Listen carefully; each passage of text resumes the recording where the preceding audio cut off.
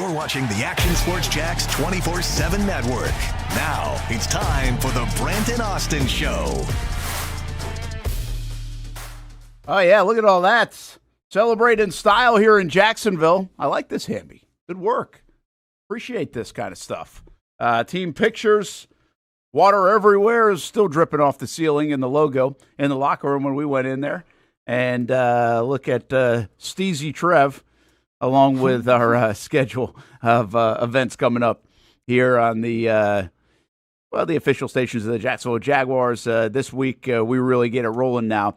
Tonight, we'll get Dewey Wingert on Jags Report live from String Sports Brewery. And then we will stay there and do another half-hour show after 7:30 until 8 o'clock. Call it Chase for the Championship. And then we'll do that each and every day this week and really for as long as this thing goes. So a lot of content coming your way, including 3 hours right here on the Brent and Austen Show. And if you missed any of the Club 904 postgame last night, that replays right after this show on actionsportsjax.com, and also find it all on social media. The Jags are AFC South champs. It's a bit anticlimactic in a way. It's always kind of strange, I think, with a game like this, because you expected the Jaguars to win. Austen Lane, they did win. Yeah. By the second quarter, you knew it was over, and I guess the party was on, but I just think around here we have to do something before we look ahead, and that is, holy cow, relish this. It's 8 in a row. It's 13 wins. Every time I say it, I'm like, holy cow, 13 wins this season. What a regular season. Arguably, well, not arguably, one of the best regular seasons ever. And I wasn't here in 1999. But in many respects, I think a lot of people would say, well, this is so unexpected. And the way it unfolded, you could probably make the case it was even better for some people. No, without a doubt. I mean, it was the exclamation point on a very magical run, and now you're starting a new type of run. But when you talk about the Titans, and I think we all kind of thought the same thing, the Jaguars are going to win, obviously, but it is the NFL. There is a lot of parity in the league, and things can happen. And, I mean, I spoke on this in the pregame show. My only concern was, could the Jaguars come out and match the physicality of the Tennessee Titans? Because when you're a team that doesn't have the pieces on offense to compete with the Jaguars, really the pieces on defense set aside from Simmons to compete, well, then the ultimate equalizer has to be physicality. And I think in the first drive, with the Titans on defense, you saw a little bit of the Titans' physicality of, okay, they weren't just going to lay down and die. Like, they were going to go out swinging. Cam Ward gets hurt and everything. I think that kind of took some wind out of the sails. But I think the Jaguars did a great job of trying to match the physicality of the Tennessee Titans, because I think Liam Cohen knew this as well. That was the only way they were going to try to even win the ball game, was trying to out-physical the Jaguars. And maybe in the past it would have happened, but not with this team, not with this coach, not with this regime. Yeah, and listen, they got punched in the face a little bit early on. It was a disaster of a start. It feels like 5 years ago, the Jags were 3rd and 28 on that first series. Yeah. I mean, 3rd and 28. What the heck happened on that first series? It was pitiful. And then they have a coverage break on 3rd and 10. They looked really confused. And then Cam Ward goes out of the game. When Cam Ward went out of the game, I mean, I don't think anybody was panicking anyway at 7-0. But then when Cam Ward went out, you kind of knew, here we go. This thing could unfold in a hurry. Brendan Allen hadn't played all year. Hadn't even thrown a pass all season. So Jags get it done. And I think that's really that's why it's not surprising. I mean, there was an expectation the Jags would find a way to get it done, and they did get it done. They do it in resounding fashion. And for what now seems like the 5th time this year, Nick Mullins goes into a game. I don't know if it's 5 times. It feels like it is. Mm-hmm. Trevor's not even finishing the games. And that was just – he could have come out in like the mid-3rd quarter, by the way. My kid was telling me to get him out in the mid-2nd quarter. I don't want to see anybody get hurt. So I just think – I don't know where this ranks, and I don't know if it even matters. It just feels like we just witnessed just an unbelievable regular season. And I thought there were 3 critical moments in this season that changed everything. I thought the 2 losses coming out of the London game, so Seattle, and the way that looked against the Rams, you started to question where this team was, how good they were, even though they got off to a 4-1 start. And then obviously on the heels of that practice week coming into the second half of the season, going against the Raiders, they lose Travis Hunter. Whoa, now this team is really jarred, and could they panic? They didn't. And then, of course, after the Houston game, where they give up a 29-10 lead, and quite frankly, maybe just play their only bad quarter in the last 2 months. Yeah. That was on November 10th. This team was 5-4. I put a poll question out, said, do you think the Jags will make the playoffs? 74% of the people responded with no, and I was with them. I didn't think it looked like a playoff team. I just be real about it. I mean, they did not look like a play. They looked a lot like kind of last year's defense over that 4-week stretch. They'd given up 29 to the Raiders. They'd gotten schooled by the Rams. It looked over in terms of the playoffs. Now, would they be in the mix? Different story. And then they just roll off 8 in a row. I mean, and I guess now we ask the question, can they keep it going? Yeah, can they keep it going? And, I brought this up on Friday, and I made the comparison to Nick Sirianni and Liam Cohen a couple of weeks ago, and I get we don't like to make that comparison because I don't think we really hold Nick Sirianni in high regard here, even though he's won a Super Bowl. But I think and won a lot of games. But I think on the outside, like people think he's a pompous, cocky type of dude. No, the players love playing for him. And if you follow the Devontae Smith situation with trying to get his receiving yards and his over 1,000 yards, you see where I'm going with this. Yesterday, we could question what was the game plan going to be on offense. Right, because you're playing a Tennessee Titans team that has shown they can stop the run. You yourselves, in terms of your identity, in terms of running the football, haven't done the best job. Now you kind of recycled a little bit last week and had some great results with Travis Etienne, but overall the past 3 or 4 games hasn't been the best running the football. So one would have thought, okay, well, you can beat the Tennessee Titans through the air, but do you try to parlay, running the football into going to the playoffs now? Because one would think, well, you probably got to run the football a little bit to go to to have a playoff run. Liam Cohen said, we're all good. We're going to start out empty to start the game out, even though it didn't go quite as well in the first drive, but we're going to start out empty and we're going to try to get Trevor Lawrence's record. And that's what it was all about. And I think you saw once Trevor got the record, or the 4,000, it's not really a record. I think he was the Jaguars record holder now, right? 3 out of 4, most of them, 3 of them, yeah. Yeah. But so I think like that was important to get Trevor Lawrence the record. Even maybe more important than let's try to establish the run here. Yeah. Now, we'll see how it all shakes out in the playoffs, but I thought it was very telling on a team whose identity, it seems like the first chunk of the season was to run the football. They didn't really do that a lot yesterday. And you know what? That's okay, because now I think they're starting to show where we can beat you through the air, we can beat you on the ground. It doesn't really matter. I think that's what's one of the wild things to come out is what the Jags figured out coming out of the bye is they were a running team. Like they needed to run the ball probably more than pass the ball to be able to win. And some of that was kind of mixed. I don't know what the Raiders game said, but go back to the Chargers game. They ran it 47 times in that football game for 200 yards. And they pounded the Chargers. And so that became right there. That was the identity of this football team. They had already showed up in a physical way, but now we're going to run it down your throat, and that's going to benefit our quarterback, and he's going to get comfortable, and we're going to be able to play action and all this stuff. And then, boom, it shifted because everybody then started loading the box and said, all right, beat us, Trevor. And then he started beating people. So that's where we have the Jags of right now. And I thought about this morning a little bit because I was thinking about the run as well. We know that you're going to have to run the football at this time of year in some way, shape, or form. But I think maybe part of yesterday was, hey, let's keep these guys fresh and rested in a game that we think we can win, and we can also get 38 touchdowns for Trevor, 4,000 yards for Trevor. We can hit some of these milestones. We can keep progressing him. We can keep him feeling it because right now everybody's feeding off Trevor Lawrence feeling so good, and we want to stay hot with all that. And I think that's a great feel from Liam Cohen, how this football team feels about their quarterback right now. But look at Travis Etienne now the last 4 weeks. 12 carries against the Jets, 16 carries against Denver, Indianapolis 17 carries, Tennessee 14 carries. He should be, for a running back who's going to be banged up this time of the year anyway, he should feel pretty good and fresh as much as you can for this time of year going into the playoffs where a lot of people think you can run on these Buffalo Bills that are coming to town. So I wonder, I just thought of that this morning. Sure. I know it's get your quarterback hot. He's the guy right now. That's what's working. But I almost wonder also a little bit of yesterday in particular, don't get beat up with the backs against this pretty good defensive line and what could be a physical game. Let's keep everybody healthy, get our quarterback to milestones, and now everybody should be at least fresher going into this game. Yeah, do you think, I mean, in terms of Travis Etienne, because you know how I feel about it, but do you think there's a little bit of gamesmanship there to maybe lighten the load on him towards the last quarter of the season to maybe get a little bit of a discount if you want to bring him back?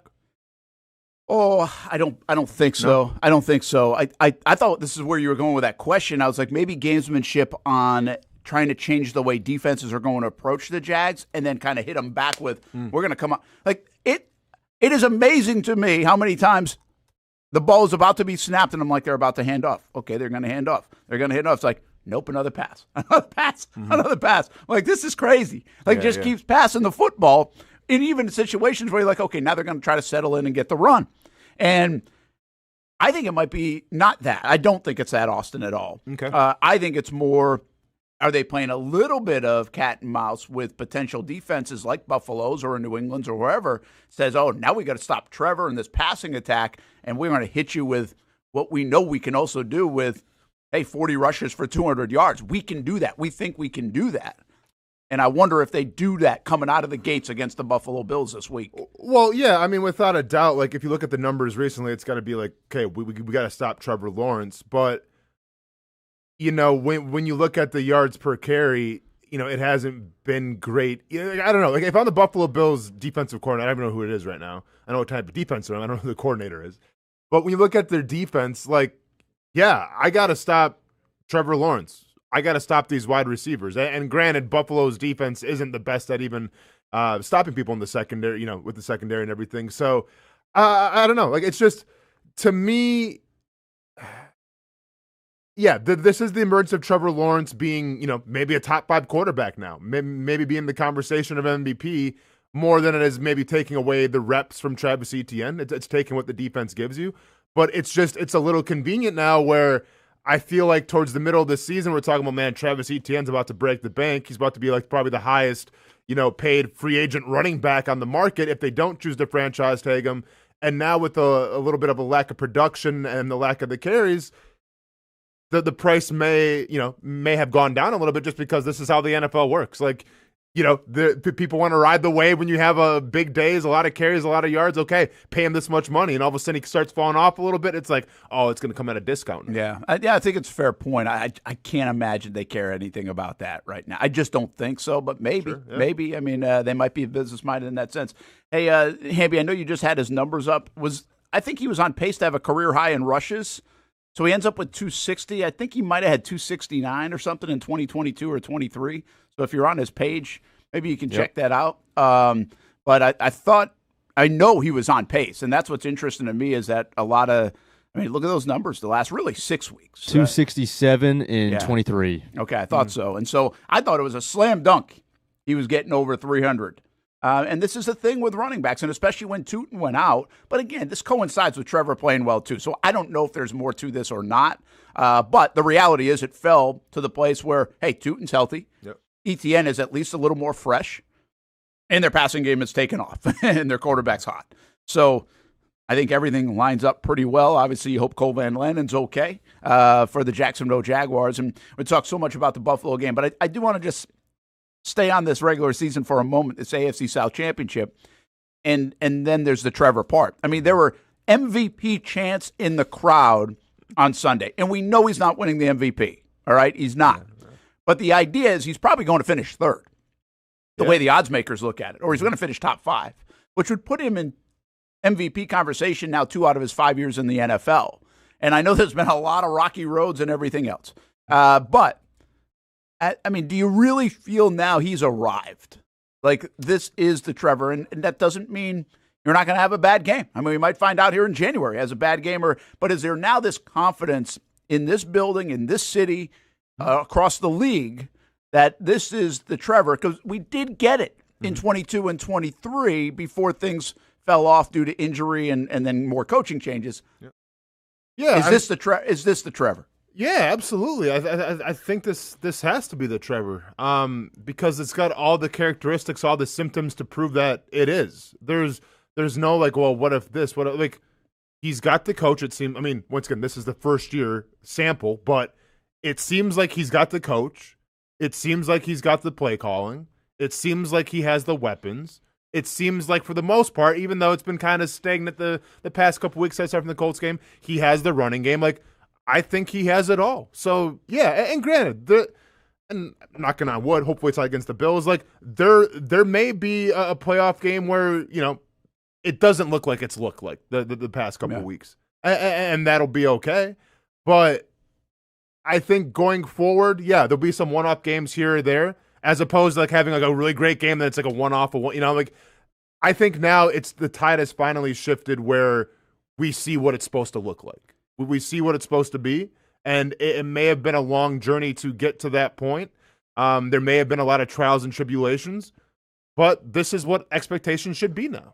Yeah, I think so too. And I think part of that, it makes, I think there's so much nuance in the Trevor conversation. I think there always has been. But I think now you put up the numbers. Again, 3 out of 4, even in Jacksonville, 3 out of 4, 4,000-yard seasons, 3 out of 4 winning seasons, 2 division championships. So that matches Mark Brunell, by the way. He will own every record in the record books in the next couple of years. And there's absolutely no discourse now about his contract number or anything else. Like, those are not questions. Where they might have been questions 2 months ago in a split fan base and maybe even a split building at times. Who knew or knows what it would have looked like if this season didn't change? So he has changed all of that to not even think about that. Mm-hmm. Instead, think about the upside of where this could go. Like, will he win an MVP or 2 in his career? And now we get to ask, will he win a Super Bowl? Can he win this Super Bowl? All those things. So the numbers are there. The doubters are gone. And that's a very good thing that just came out of this regular season. That's good for Trevor because he's been through a lot of it. And I said this yesterday. I've been saying it, Austin. I can't get over, and you'll hear some of it this week. I can't get over just how much belief there is in him, mm-hmm. and how much people want to kind of prop him up in the building right now, like unsolicited. About his work and what they've seen. And I said this last night. It's almost like they've been saving this, but they had to wait for some of this performance to be able to say how much they do like him, appreciate him as a leader in the building, the work that he puts in, what he does go through, what he's had to deal with from Urban to everything else. The guys that have been around him, now they get to kind of show it. And by the way, Jarian Jones did that in some respects after the game, but I think everybody's doing that right now, even his coach, who now will throw out the word MVP when talking about it. Yeah, they almost had to wait to try to justify it, because it would have came across as, I mean, do I dare say delusional if they would have started or forced like in the beginning of the season. Yeah, I mean, and listen, you can point to a lot of things of what changed. You can say it was the let it rip stuff. You can say it was the wristband. You can say it was Jacoby Myers. Whatever the case, or whether it was just a combination of everything.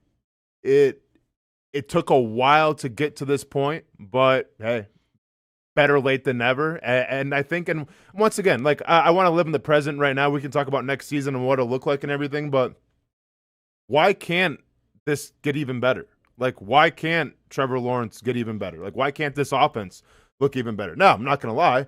I'm not sure where Travis Hunter will fit in this situation. I have no idea, because Parker Washington, and I get he's got, I think, another year left on his contract. Parker? Yeah. On his rookie deal. Yeah, next year will be his final year. Next year is his final year. Yeah. So, I mean, I don't know if you want to pull the trigger on him and re-sign him right now, but, like, that dude is playing at a very high level. He's their best guy right now. Probably the best guy right now, and he's super dependable. So I don't know what you're going to do with him in the future. Once again, worry about that later, I guess. But, like, I don't know why this offense can't even be better than what it is this year, which is crazy to fathom. But why wouldn't it be? Yeah, and that will be interesting to watch. But see this pick, like, these are the things that happen when you win. Like, I get it, the fun moments. We had the shirts, all this stuff. Yeah. But now you can have the swagger, and that comes out, right? Mm-hmm. That confidence comes out. Mm-hmm. And I've always said this about Trevor. This is not the Steezy Trev one, but the confidence Trevor is where he's comfortable. That's where he's comfortable. Right here. Surprise Brent with a new grill. Yeah, let's go. I'll do that if you need. I did plenty of dental work last week. I probably have my fittings ready to go. But this is where he's comfortable. He's comfortable being the guy. That's not an uncomfortable spot for him. That's his world. Yeah. And not from a, I need this, look at me. It's just that's where he operates from his entire life almost. And this other stuff, the way he handled the harder times, I think was the most impressive part. It's not how he's going to handle this. This is fine. He can have fun with the guys and lead that stuff and follow me and put it on my shoulders. Like, that is okay to Trevor Lawrence. That's why I think he'll be comfortable this January. He's been comfortable. Look at the bigger games. Denver, big game. Colts, big game. Monday Night Football against the Chiefs, big game. Go back to the Chargers even after the bad start. He plays fine in big games. Like, he's okay with the big game moment. But I love this part of it that we are all seeing, and maybe even some of that has developed a little bit around his teammates, is that this confidence, but I say toughness. They are raving about his toughness from last week. I mean, they love the play to Parker Washington where he got drilled on that 3rd and 10. And so the toughness has shown up. The leadership has shown up. The swag has shown up. He was the guy doing the most barking yesterday during the game. I think he was yapping more than LaQuinn Allen. And that's hard to do.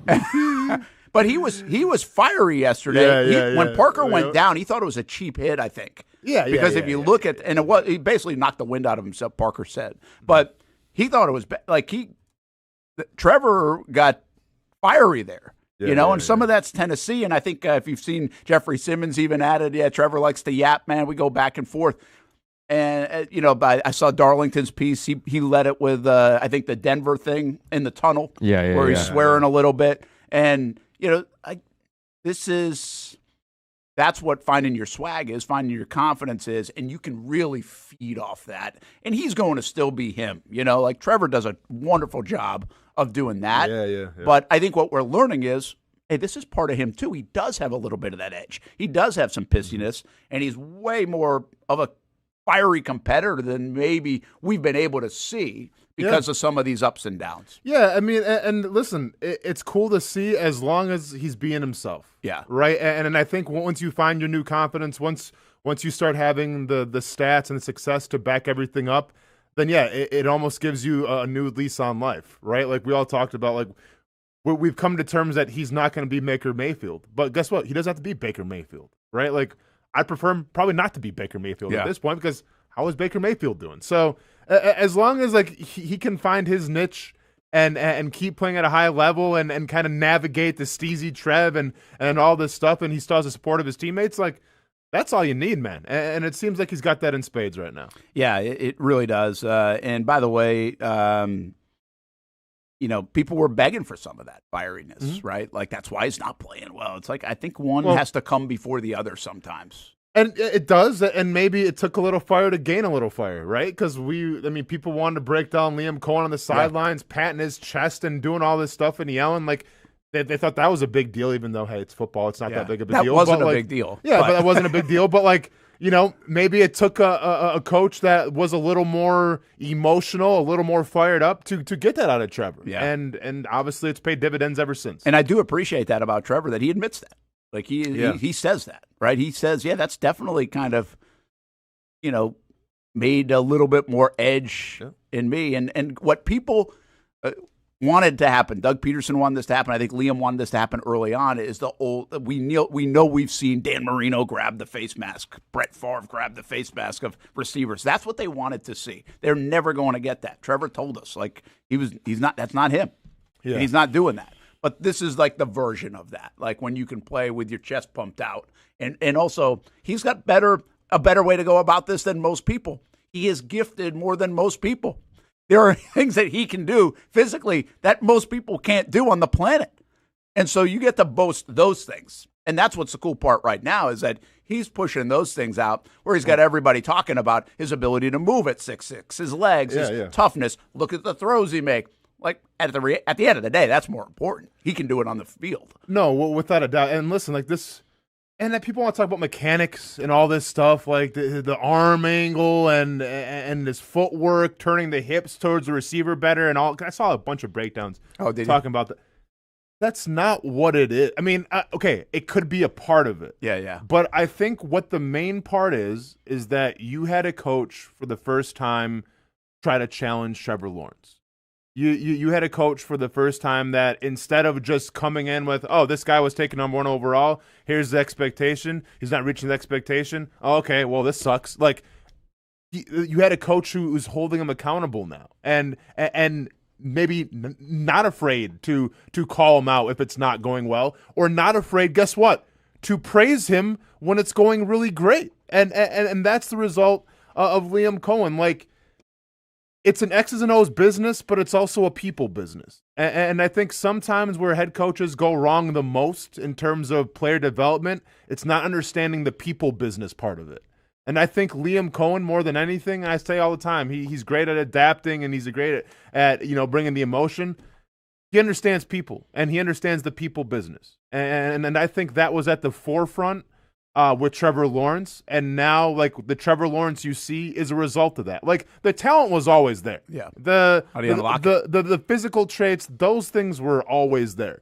It was just trying to unlock the mental part of it, I feel like, and give your quarterback confidence. And Liam Cohen, thank God, has finally been able to do that. Yeah, and by the way, you're going to feel that. We're going to play this week. I think I'll probably play it on Wednesday, the coordinators sit-down that I did last week. And what struck me about everything you just said is that's not just a Liam thing. He did the underrated thing that Liam Cohen did was put together a staff that has been a home run staff, which is a very hard thing to do. It's usually the biggest mistake a new coach makes. Especially for first-timers. Oh, absolutely. Usually you just can't fit it all together. He has found this mesh, and I'm telling you, when I'm going to play the whole thing for you, it's like 20 minutes. But when you get done with it, you're going to be like, this isn't just a Liam thing, Sure. right? Like, you can feel it from these guys, too. Yeah. Which then you kind of just start to think, okay, well, that's also with the assistants and everybody else in the building. And I think that's probably the next thing we talk about. I mean, Liam, Tony, and James Gladstone. I mean, what these guys have done, it's just an unbelievable turnaround. And I do want to talk about the Buffalo Bills. Interesting, I think Hamby or somebody just pushed it out there. Is Trevor playing with more confidence right now than even Josh Allen is? I mean, you can argue that Trevor's playing with more confidence than anybody in the National Football League. Yeah. It's at 19 touchdowns in one pick. I mean, that's like I don't know Tom Brady, Matthew Stafford earlier this season, Josh Allen MVP, Patrick Mahomes MVP. That's that kind of stuff. Yep. Right? Couldn't have been any better at time slot, too. You like it? I mean, listen, I love primetime games, obviously, in front of the world. But just in terms of scheduling for me and my son, yeah, we'll take Sunday, January 11th at 1 o'clock because we can't mess around with Sunday at night with school nights or Monday. So it couldn't have been any better for us. Yeah, there was a lot of conversation about this. By the way, we're very happy here. We love having the game on CBS 47. I can see why it landed here in this slot. I think people are like, oh, that's a bad slot. I don't think it's a bad slot. In fact, I would look at this as CBS saying, we want this game. Like, as well. Like, hey, we want this game. And I think this will be the first time Nance and Romo have come down to Jacksonville probably since 2018 when the Jags played the Patriots. Crazy. Was Romo even doing it then? Has Romo been doing it that long? Yeah, I think he has been. He has been. So who had first dibs? We don't know the process, man. I have no idea. Because how, once again, we'll go to break I here, think Fox had it. Coming up after But the how break. did Prime get Packers and Bears? Is that what you're wondering? I'm wondering, the staple game is Green Bay at Chicago. It is. How is that on Amazon Prime? I don't know. I don't know why Prime would get that, but that's 2 years in a row they've got Jeff that. Bezos going to space and getting the best games. Well, the bottom line is, it's a huge deal with her. It's $1 billion deal with That's Prime. the Bezos stuff. That will buy you a seat at the table and then some. But I'd love, man, if I wish, and I know nobody probably cares about, I wish I could have been on that conference call. Would have been awesome. We'll be right back.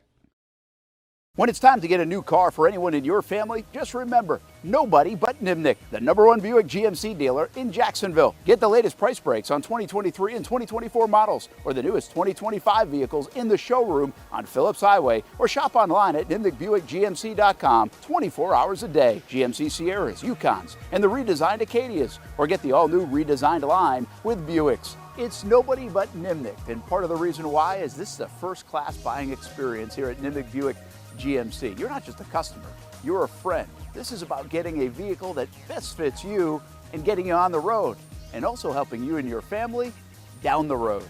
Nimnick has a treating you right guarantee, courtesy, respect, fairness, The most Buicks, GMCs, and Jacksonville's only Car Bravo dealer, nobody but Nimnicht. Who has put in the most years and stands behind a better experience?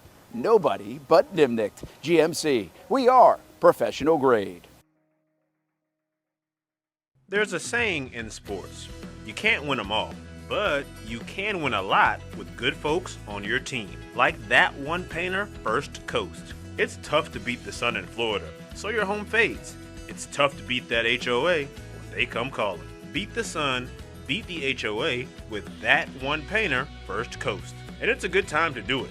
Less rain to work around, and painting in mild temperatures is perfect. After all, the paint bonds to the surface so much better. Give that one painter First Coast a call at 904-417-3557 or look them up at first-coast.thatonepainter.com. Fast estimate, guidance on color and HOA requirements, and the highest quality job you'll find anywhere. Be a big winner in your neighborhood with that one painter First Coast on your team.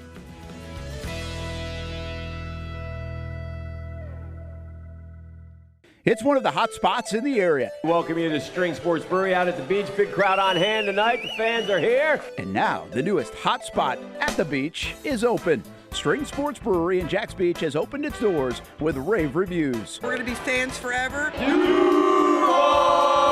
Cozy up to the bar. Grab a seat in the sports-themed restaurant, or grab a seat outside and feel that breeze coming off the beach as the weather warms. Just like the original location in Springfield, try the popular beer menu and come for lunch or dinner too, because the food is fantastic. We got a special guest in the house. He's happy. He's feeling good. He's Trayvon Walker. It's where we hosted Jags Report Live in the football season, and the String Sports Brewery staff can't wait to host you. Hey, welcome back here to String Sports Brewery. And if you haven't checked out the new location in Jax Beach, you got to do it. String Sports Brewery, now with 2 locations in Springfield and now open in Jax Beach on Penman Road. Hi, I'm Greg Mackey from Cycles of Jacksonville. Whether you're looking for a side-by-side, ATV, motorcycle, or scooter, Honda has what you need. The Honda Talon. Ultimate performance meets family-friendly fun. Prices starting at $363 a month. Or the sporty Honda CBR 650 starting at an affordable $204 a month. Stop by and choose your adventure from a full line of Honda products. Only at Cycles of Jacksonville on Atlantic Boulevard. Family owned and operated since 1983. Hello, I'm Kenny Lay of Kenny Lay & Associates. Since 2003, our firm has fought exclusively for the rights of men in family law. Divorce, modification of child support, alimony, custody, and more, all for men. A father is vitally important to a child's life, and being a man is not a reason to pay more in child support or alimony. I'm a single father. I get it. If you have a divorce or other family law issue, contact Kenny Lay & Associates at divorcemenonly.com. CGC Water Treatment and Plumbing is taking their 75-plus years of expertise and expanding to CGC Home Services. Water treatment and plumbing is still a big part of what they do, and now they can do even more for you. Home services like kitchen and bathroom remodeling, showers, sinks, faucets, toilet repair, backflow testing, and the list keeps going. Find all they can do at cgchomeservices.com or give them a call, 904-298-7052. It's a new look and a new name with the same expertise. They've been serving homes like yours since 1946. CGC Home Services, right here in Jacksonville off St. John's Bluff Road, 904-298-7052. And visit cgchomeservices.com. Florida license number CFC 1432579. Welcome back to the Brent and Austen Show, streaming on the Action Sports Jax 24/7 network. So there is the wild card weekend schedule, and I agree with you. I think Green Bay Chicago is probably the top game. My thought on this was NBC has a Super Bowl, so they don't get the first pick of the weekend. Fox has 2 games, so maybe because Fox had 2 games, did they protect San Fran and Philly over Green Bay Chicago? I don't know, but Prime certainly seemed like they had 1 or 2 pick. to get the Green Bay-Chicago game, because I do think that from a TV exec standpoint and everything else, that would be the game of the weekend. Although maybe 49ers-Philly is better the way Green Bay's playing. I mean, yeah, I get that, man. Come on, it's like the oldest rivalry in the NFL. Yeah, like Green Bay-Chicago, I feel like would be, from a TV standpoint, the game you would pick if you were any of them. They must have made a killing for Christmas on Amazon Prime, because Bezos has just said, hey, we'll spend a couple more bucks to get Green Bay and Chicago. That's all I can think of it. Because, like, why? If you had, like, the number one pick, and once again, like, I'm biased here in Jacksonville. Like, I think the Jacksonville Bills game, I mean, the hottest team right now versus, like, the storied team that can't get over the hump. Yeah. The Buffalo Bills. It's a good storyline. It's not a bad storyline, but I don't understand why it's on Amazon Prime. I knew the Fox game. I didn't think the AFC was coming to Fox, all right? So the Fox, you get those two games. I thought they would get the Packers and Bears, and Prime would get maybe the Rams and Panthers or something like that. But so it really left the Bills, Jags, the Chargers, Patriots for CBS. You didn't think the AFC would get Fox? I did not. Why? Because now there's a lot of mix, right? Now it used to be it was like AFC was on CBS and NFC was on Fox. That isn't the case anymore. As you can tell, the Jags have been on Fox 3 weeks in a row. We've been on Fox seems like 11 or 12 weeks. But I don't think I think playoffs they try to go back to traditional, and the reason I say that is because the AFC Championship is going to have the CBS be on CBS, and the NFC Championship is going to be on Fox. So I think they want them to kind of track toward that game with familiarity and everything else. So I think that makes a lot of sense. So at the end of the day, it left CBS, in my opinion, with Bills, Jags, or Chargers, Patriots. And if you do the math on it, CBS going to, if chalk wins, the Patriots are going to end up on CBS 2 more times the next couple of weeks. Also, the Chargers playing a West Coast team, they're not going to put them at 1 o'clock most likely because they look at that as a disadvantage. So to me, I think they had to go 1 o'clock Bills, Jags, the way the West Coast teams were involved and just the way everything lines up. Because they also want the 4-5 game on Monday. Yeah. Which it turns out, obviously, to be the Pittsburgh Steelers against the Texans. And the fact the Rams got to go all the way to Carolina is just wild to me. I mean, I get it. It is. Yeah, I know you want that change, and some people want that change. Oh, everyone's against me, man, but it's fine. Everybody's against you on that. I'm surprised you don't have more momentum. Oh, no. I got it again on the Jags pregame show. I brought it up. Oh, yeah. Yep. Yeah, like, listen, I'm okay with it. It's not one of my things. I'm not sitting on a soapbox on it. But I understand your point. I think it's a valid point, and specifically on a losing record. Of course, that was my only argument. Oh, is that the one you said? Yeah, that's my only argument. Is that if you have a losing record, you don't want to just reseed in general. No, if you have a losing record, you can't host a home playoff game. Yeah, sorry. Like, if you win your division in a crappy division, congratulations. You get to go to the playoffs, even though you probably even shouldn't, but we'll punch your ticket. But guess what? That ticket's going to be non-refundable for an away game. You're not getting a home game. Yeah, and that's fair enough. What do you do? I would think. The only thing that would be fascinating there is what if the Rams got in at 9-8? Why would they then get the home game? I guess they wouldn't be a 5 seed though, most likely. So, I don't mind what you're saying there at all. What do you think the fan base thinks of it? Of this? Yeah, I don't think they're in love with it. I think they feel like it's getting shunned a little bit. I think a lot of people are looking at Sunday Night Football because Hard Rock had come out by putting it on Sunday Night Football. Yeah. To me, it was very unlikely to be Sunday Night Football. I could have been talked into it. I just think it wasn't going to be Sunday Night Football. But I'm actually the most surprised that the Packers-Bears are Saturday night on Prime. Not that they're Saturday night, but on Prime. But yeah, I think the fan base overall is okay with it. Yeah, and the whole Hard Rock thing I didn't get either because they did the same thing for the college football playoff. Oh, did they do that?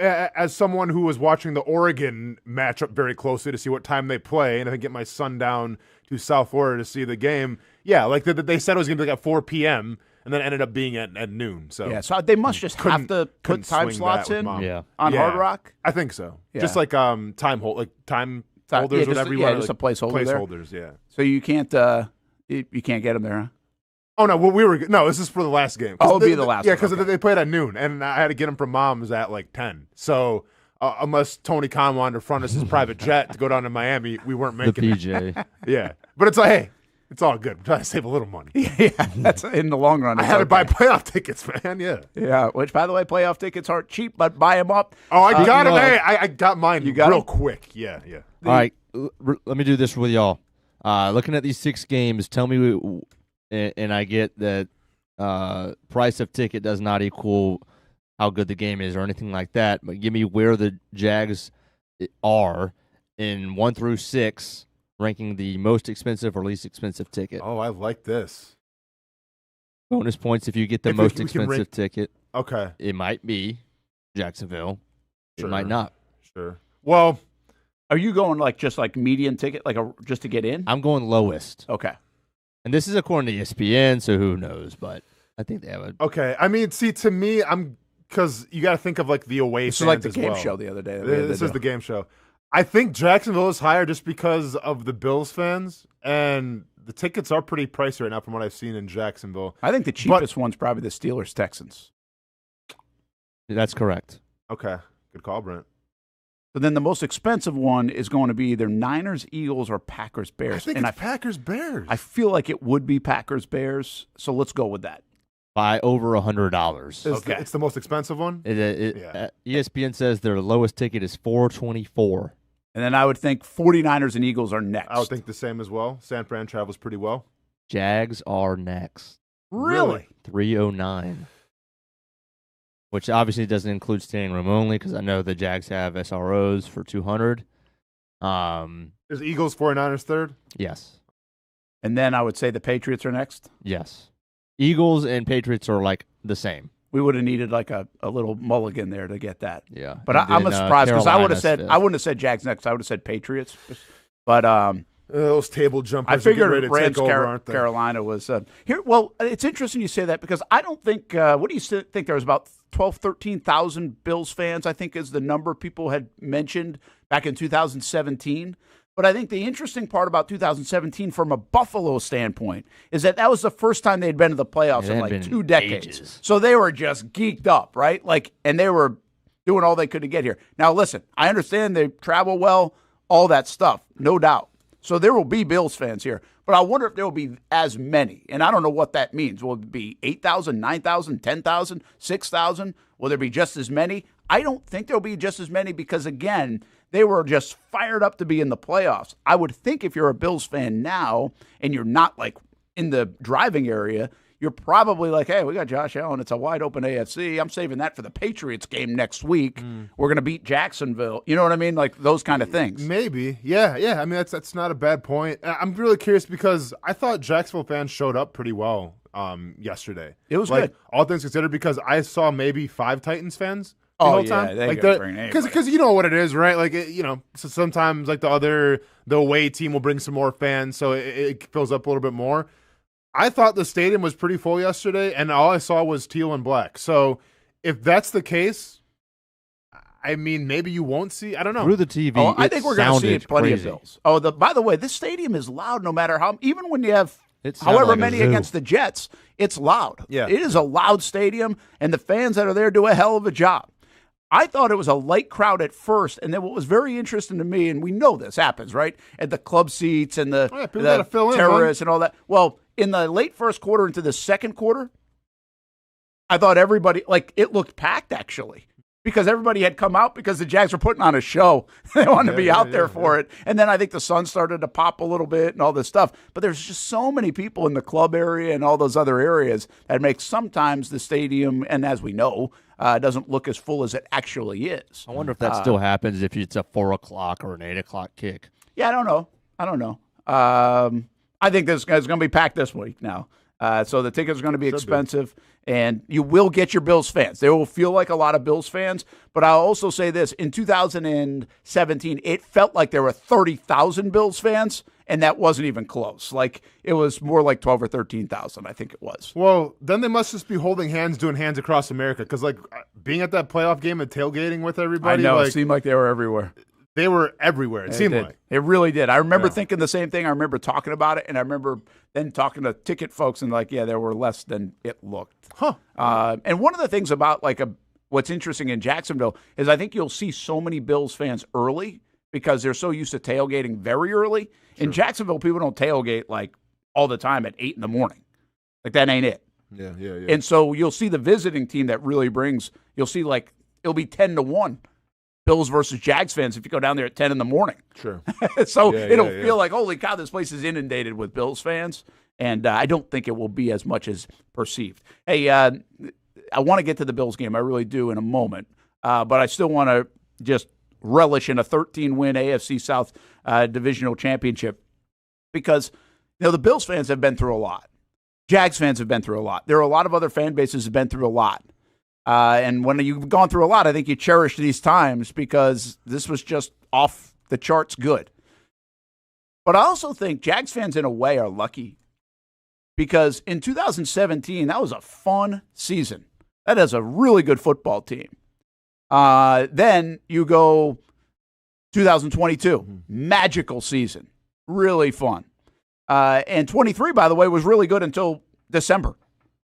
And now you get a season like this, which was unexpected and dominant at times, like so good. The Jags have delivered, I would say 3.5, like really good seasons in the last 9.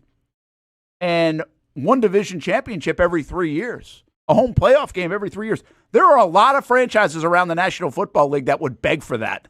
And I know that's why the Bears ticket's so expensive. Well, I know it's felt really bad, is my point. Yeah. But it really hasn't been as bad now over this last decade as a lot of other fan bases have had to endure. I mean, even like the Cowboys, they feel like you don't have to endure as much because you're in the mix all the time, but they still have to endure. I mean, they don't get moments like this in Dallas. No, they definitely don't.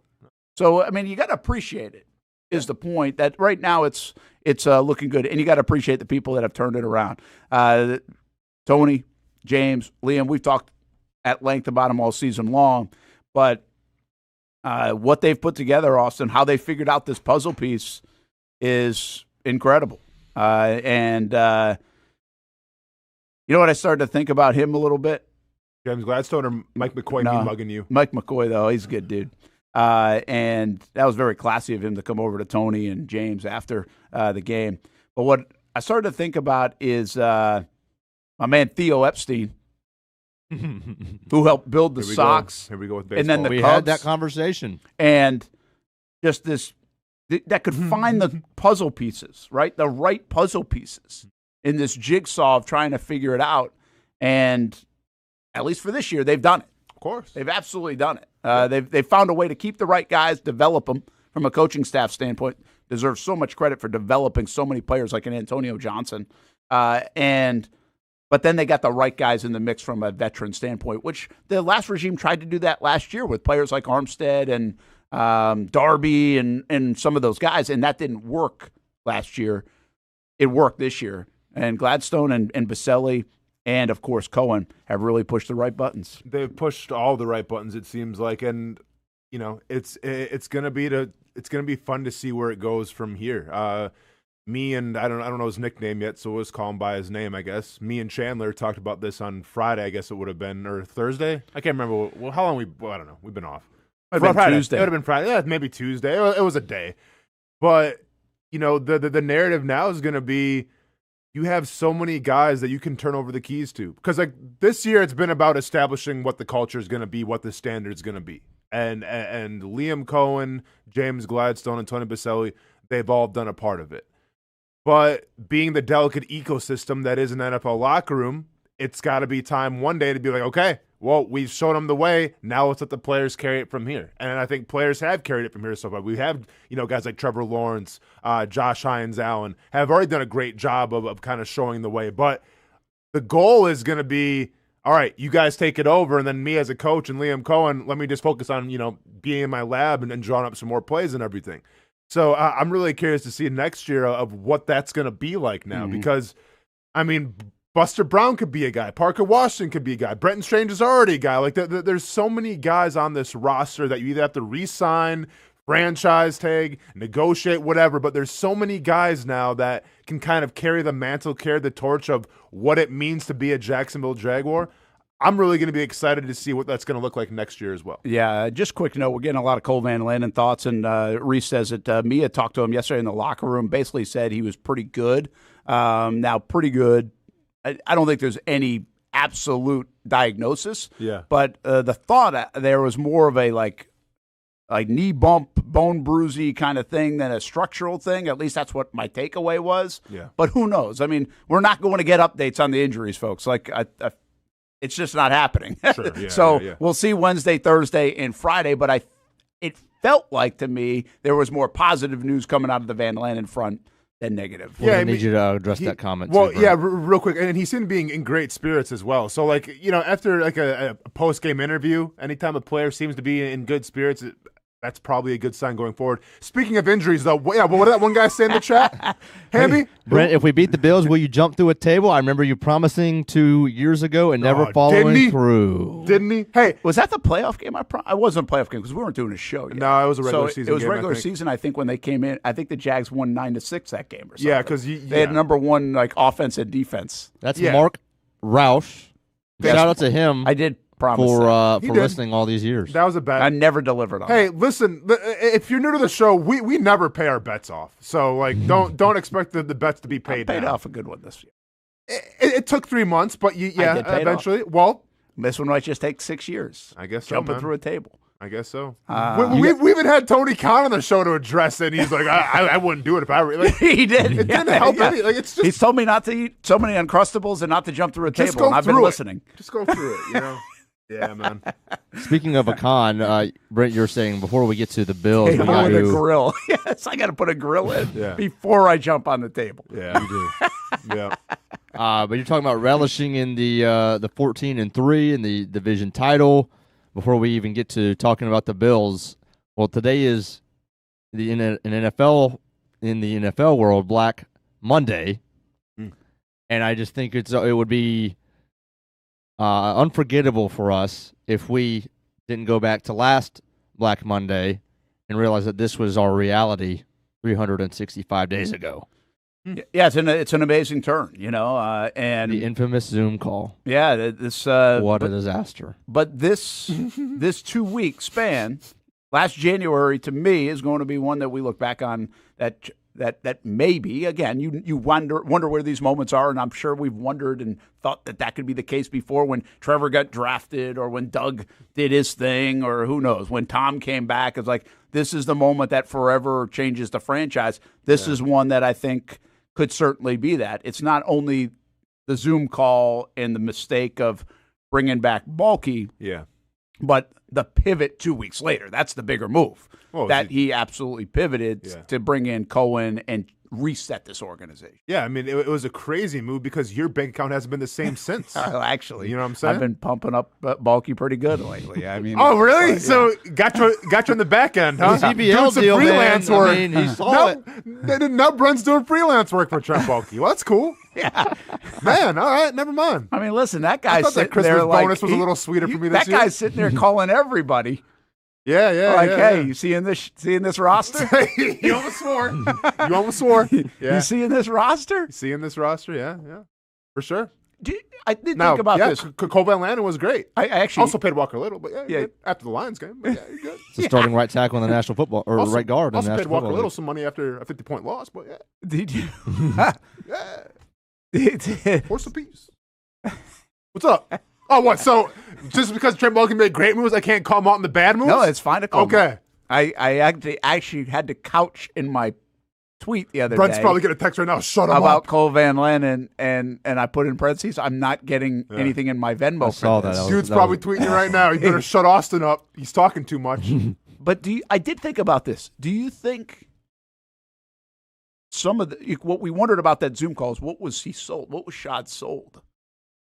Then what was he Trent Balky? Well, was he getting more feedback or whatever else that this was definitely more on the coaches or there was more talent here or there was more because listen, the reality is as you look back, and I think you need coaches to develop this stuff.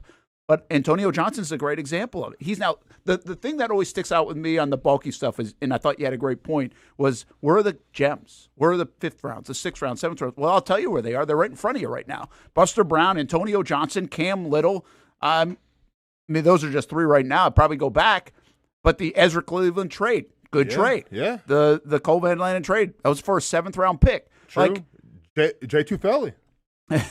There are mistakes too. I'm just saying. I know. Do you think that's what he was? Do you think somebody said to Shad, "This roster's better than you think. Like this personnel moves are better than you think." And is that what he hung on to? Did he get some advice from somewhere along the way?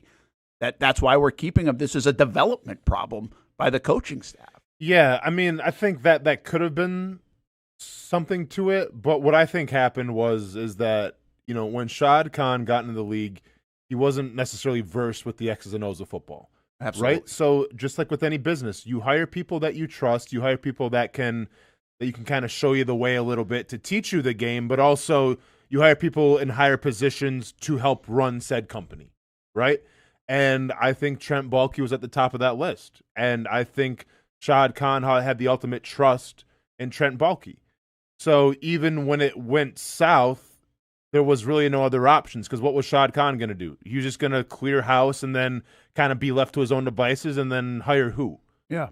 So I just think that it was a result of a relationship that you felt like you trusted somebody, that they were the best to help usher in a new era. And maybe they were in retrospect, and maybe they could help, but at the end of the day, it was what it was. And for every great draft pick he may have had, there was some bad draft picks. For every great trade he may have made, there may have been a questionable, signing. Like, it can go back and forth. But based off at least what I heard in terms of like how agents felt about him and everything, to me, that was the last straw. Yeah. Yeah, no, listen, here's my biggest, with this is serious now, not Venmo produced. The Baalke problem, what I think even Shad didn't realize at first, and it's hard to know this, is the building stuff. What if you want to throw out culture, but it's the feel, it's the alignment, it's the transparency, it's the I want to come to work today. Like, that's what these guys have created. That's what Baselli really has done a wonderful job at. That's not showing up in a box score.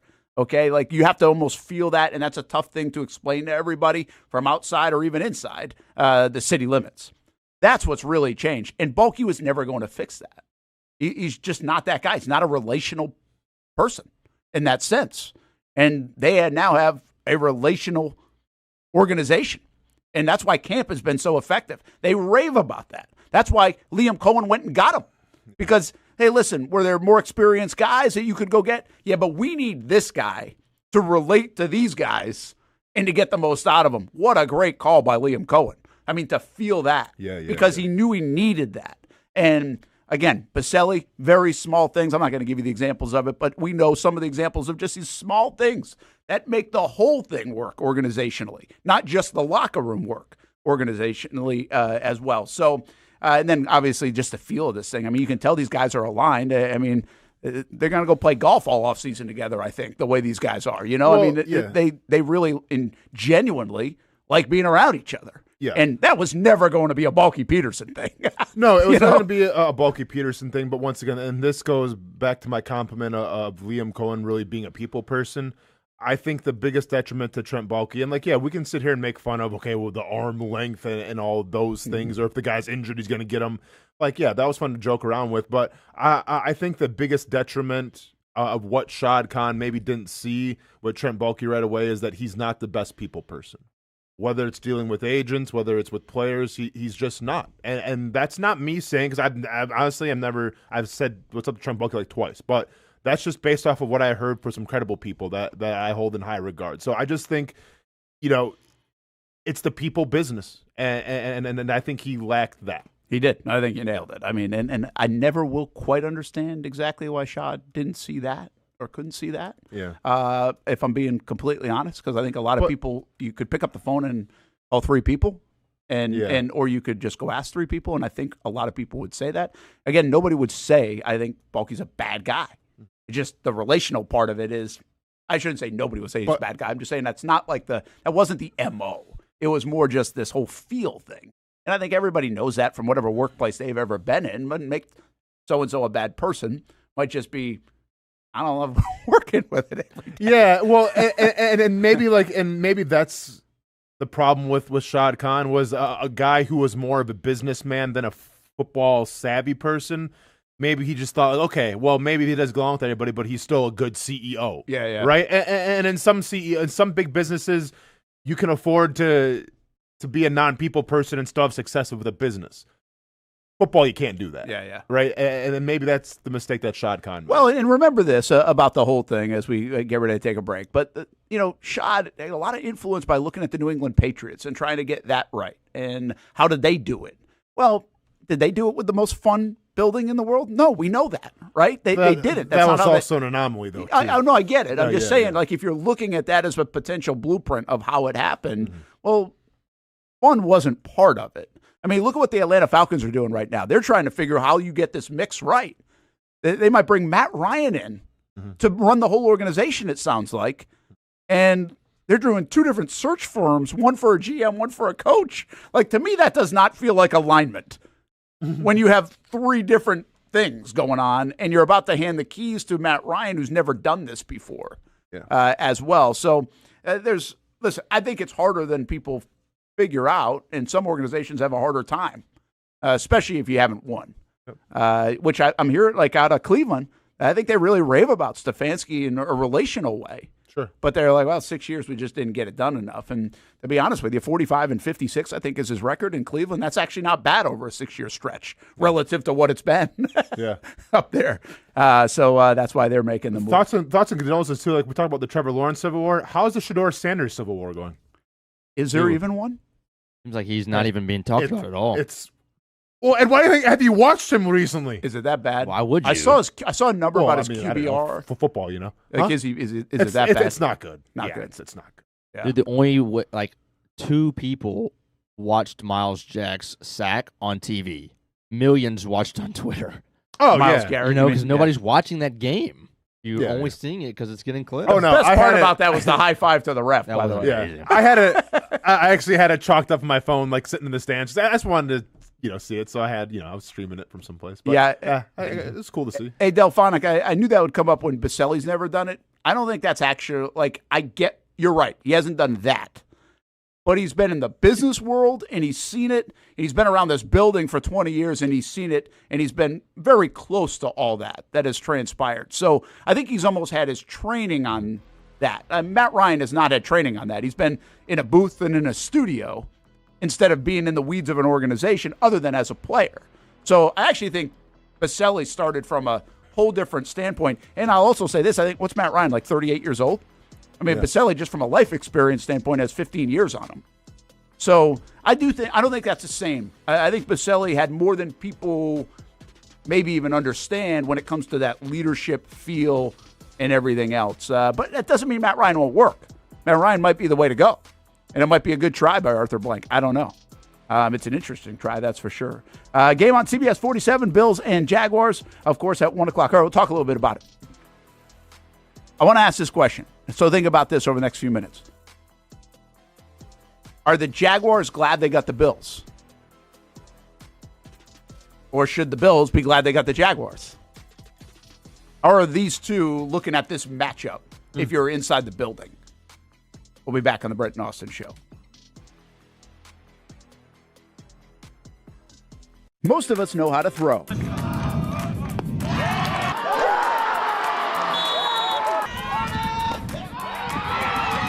But you need to know what to throw. I'm not talking about footballs, baseballs, softballs. We're talking about those items you need to recycle. Republic Services explains it easy. Recycling simplified. 1.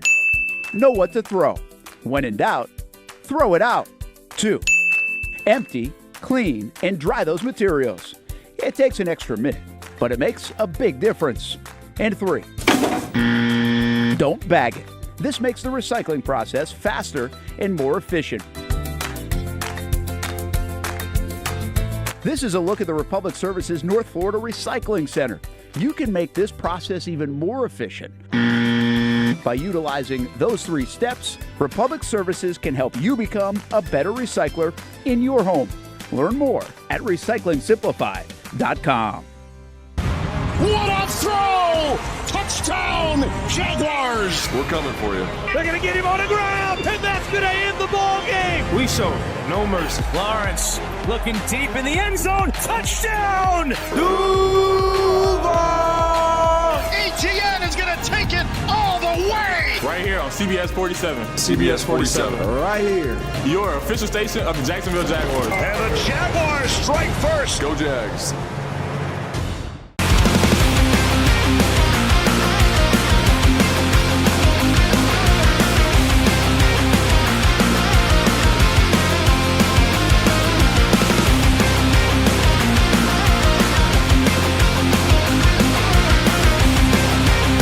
have the opportunity to explore what you might want to do with your life. There's so many opportunities here that it can spark interest that you didn't even know you had.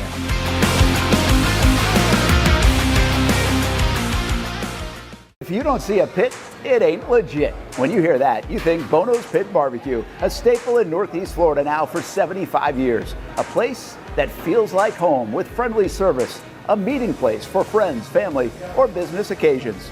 On the menu, the corn nuggets are a favorite in our house, but there's something for everyone. Sandwiches, platters, salads, sides, desserts, and family feasts. You see Bono's all over the place in Northeast Florida. You know, there are almost 20 locations in the Jacksonville area now, so stop on by, sit down, and dine in with Bono's. You can also take it to go. There are drive-thrus in many of the locations, and they have delivery options too. Just download the Bono's app to make things easy.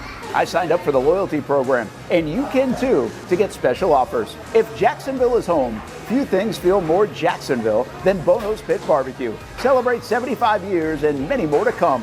Bono's Pit Barbecue. If you don't see a pit, it ain't legit. People helping people. It's at the core of what Alive Credit Union is all about, and it's been that way for over 70 years. From the start in 1954 to today, the mission remains to inspire financial wellness and give you a financially fit lifestyle. Alive Credit Union and its employees are committed to not only serving their valued members, but also our community here in Northeast Florida. I had a chance to see that commitment firsthand as Alive partnered with our Action Sports Jacks 24/7 team to bring you Armada men's and women's soccer broadcasts. Inside the 18, it is a shot, and it's a goal! Chloe Chivers! And that connection to the community continues with Alive Credit Union's support of the Police Athletic League of Jacksonville. Alive Credit Union's commitment to our community also involves serving the financial needs of all first responders through the recent merger partnership with City and Police Federal Credit Union. Join the community and become a member of Alive Credit Union today. Find out the many ways you can be inspired in financial wellness at alivecu.coop.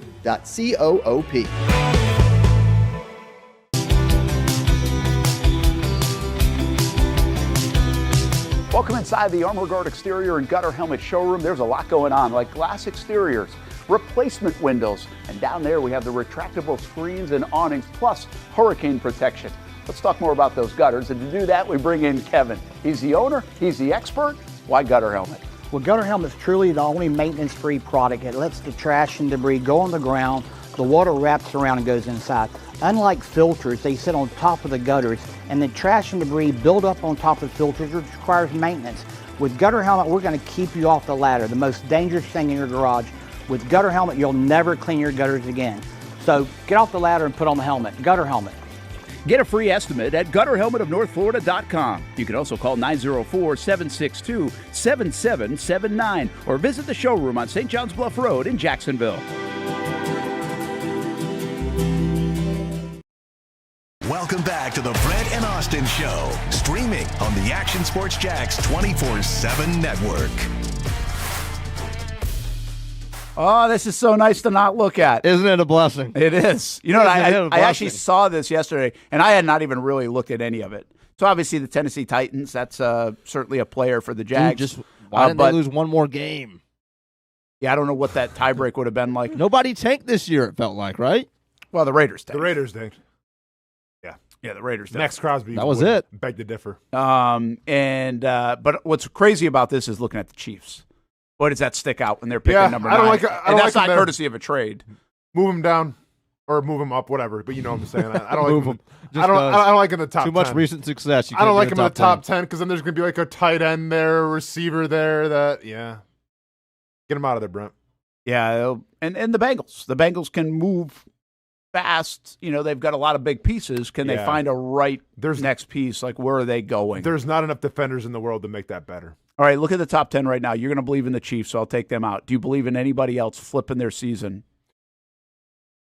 We buying a Tyler Shuck, gentlemen, or not? Dude. I just haven't seen him, so I don't know. But that's by the way, 6-11 for that football team was pretty damn good. That was a hell of a job, I think, by Kellen Moore. Yeah, because Alvin Kamara was out. And they got the QB playing good. Well, and that's the thing people didn't, I guess, seem to comprehend. It was 5-6 weeks ago, they're talking about how, Saints going to draft the first round with a quarterback. Tyler Shuck was Kellen Moore's guy. They drafted Shuck second round pick? Mm-hmm. Yeah, second round pick for a reason. Kellen Moore saw something in him. So it may have taken a little while to get there, but it looks like he might be the dude going forward now for the Saints. Like, I don't think there's any more, quarterback conversations for the Saints going forward. I think they found their guy at least for another season. Yeah, I don't know if anybody can. I mean, again, I don't expect the Saints to go. I think they're still in cap hell in some way, shape, and form. I mean, two of these teams are going to be really good next year. Well, do you think Washington will be good? Like, you think Daniels comes back healthy? It's not a huge believer because their roster's so damn old to me. Yeah. It's so old. And I don't know it in and out. But Giants? Buying into Cam Scatterboo and the Jackson Dart experience? I don't think it can stay healthy, but I would buy that their defense can win more than 4 games. Like, I think their roster defensively is a better than 4-win team. So let's say, yeah, they could probably flip a little bit. And then I actually wonder if the Browns can figure any kind of quarterback out. Could they be in a division that I think is a little bit of a pillow fight going forward? Yeah. Could they emerge? I don't know. The Jags, by the way, play the Browns. They play the Bengals. They play the Giants in that. And obviously they play the Titans twice. So they get out of that 10, they have 5. I was looking at the Jags schedule, and I know we'll talk about it way down the road. I actually think it's easier than this year, and they're going to have a first-place schedule. No shot. You don't think so? No. Oh, I think it's easier than this year.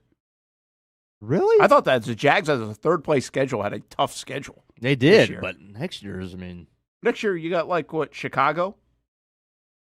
You got to play the Eagles. The you got to play the Patriots. Yeah, but okay, so my point on the Eagles is it's an Eagles team that looks like it's not at its peak anymore, right? It's on this way down. Now, we'll see what happens. Hey, I wouldn't be surprised if they represent the NFC. I get you. And, I might say they just don't feel like the last couple of years Eagles. Sure. So are they trending in a worse direction? Maybe. Was that D-Rock that put that out?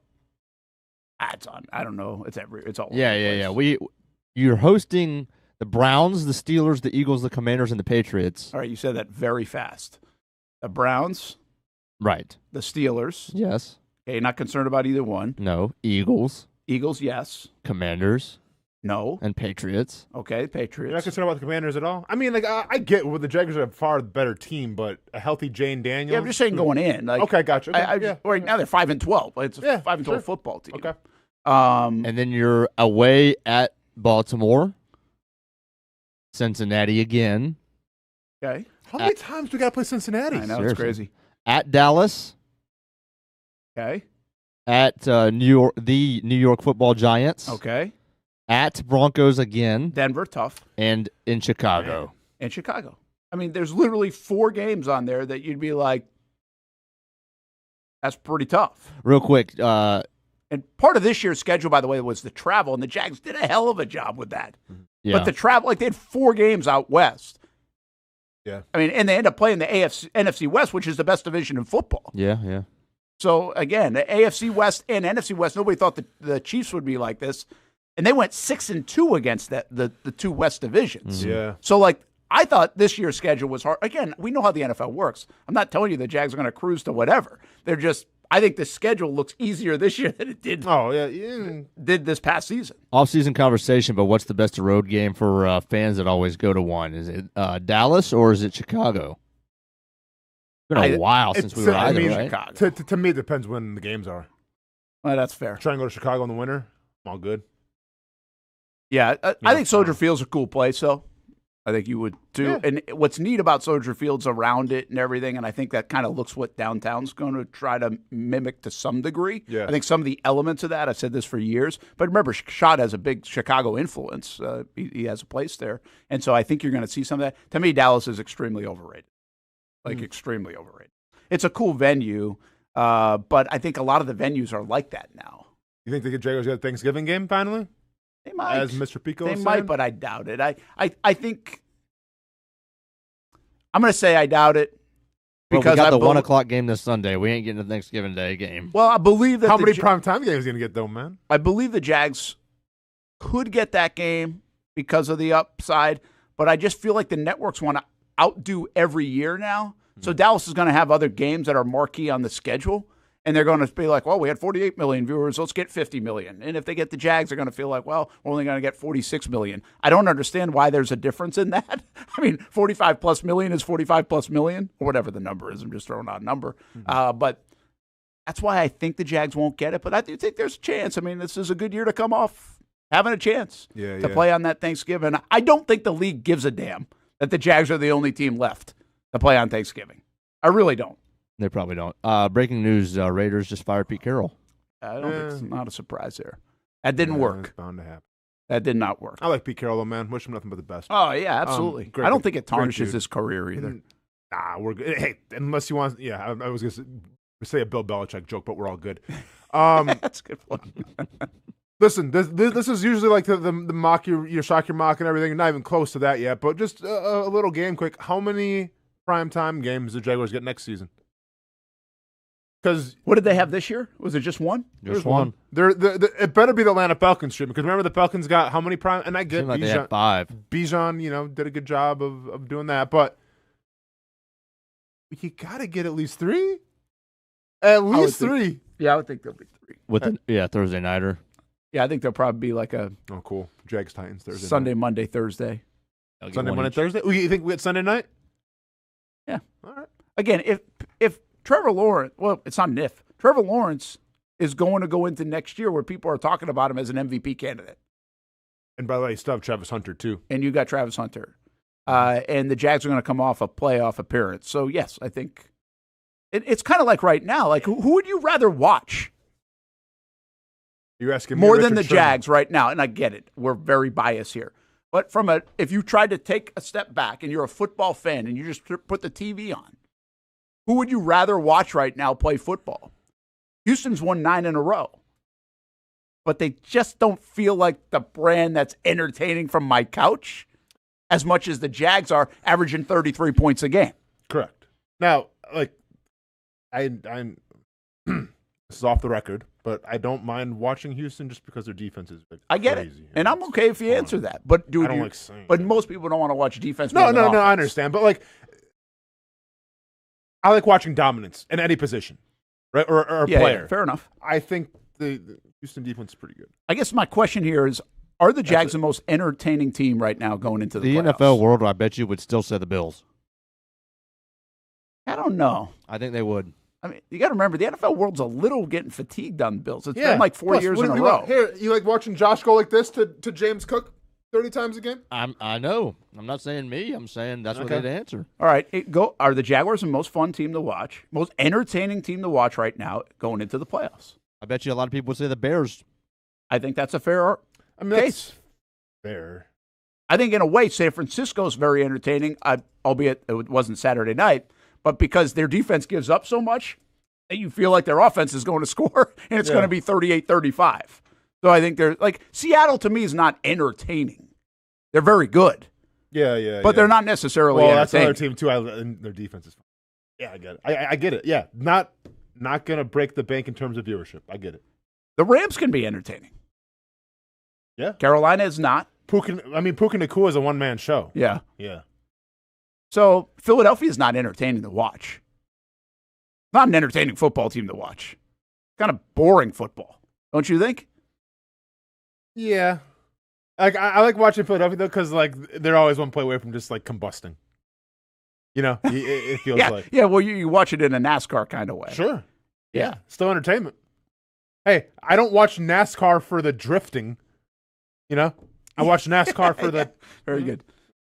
Listen, I get it. From a football standpoint, like Seattle's defense is entertaining. They're very good. But that's not why people watch. The rules wouldn't be the way they are if the rules were watching good defenses play.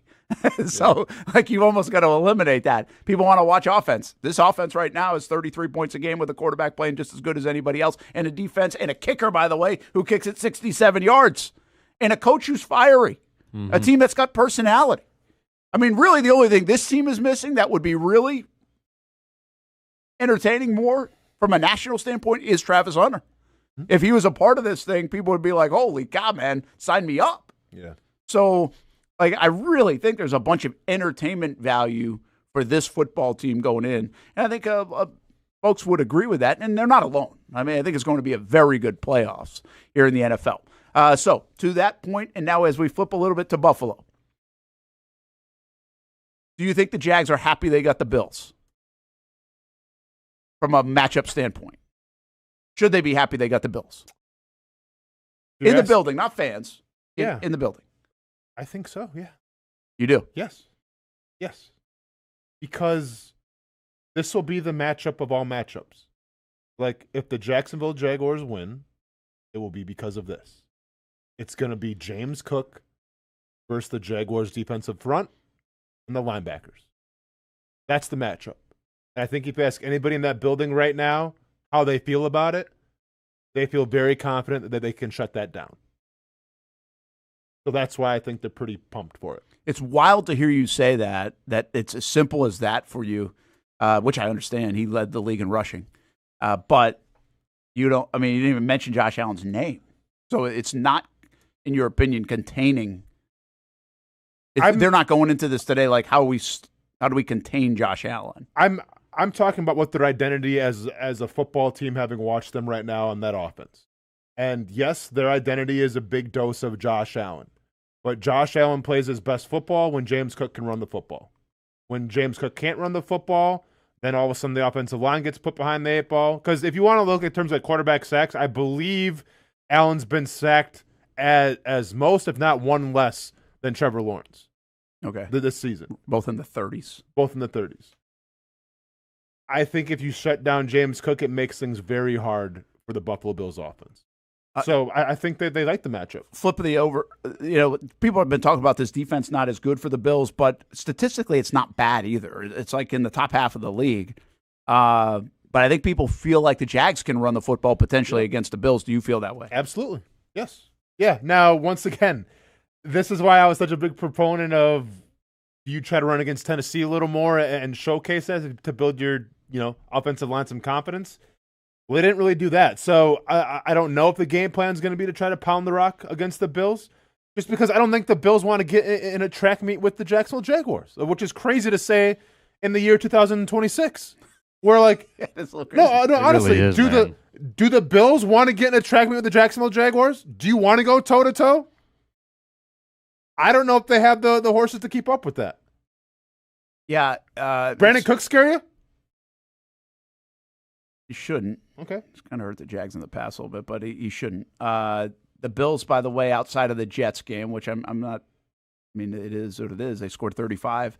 They scored 12 against the Eagles. They scored 23 against the Browns. They did come back and beat the Patriots 35-31. They did score 39 against the Bengals the week prior, 26 against the Steelers. Outside of that Eagles game, the Eagles have a very good defense. In the Texans game about 2 months ago now, where Josh Allen does not play well against that Houston defense, they've scored a bunch of points. Yeah. They find ways to score points still. Now, and I would encourage you, and I don't have the numbers in front of me, obviously, but I wonder what I wonder what James Cook numbers are of when they score a lot of points. You know what I'm saying? Like, how well does he do? Yeah, the direct correlation. Now, like the Bills-Patriots one, I don't think Cook even... Wasn't he out? Bills, here's what he has done. Yeah, okay, I got it. All of his 100-yard games, they put up over 28, or at least 26. He's got 117. They put up 23 against Cleveland, a good defense. 107 against New England, put up 35. Okay. 144 against Pitt, put up 26. 116 against Houston, and they only put up 19. Josh Allen really struggled, like I said, in that game. Mm-hmm. So, but they've also 48 yards, put up 44 points against Tampa. Yeah, there's not exactly a correlation. Yeah, so it's really not. 80 yards against the Bengals, and they scored 39. Yeah, I think this Bills offense has been they've been able to score. Let's just say that. They might not be super dynamic, but they've been able to score. So... Okay, but then who scares you? On the Bills in terms of, because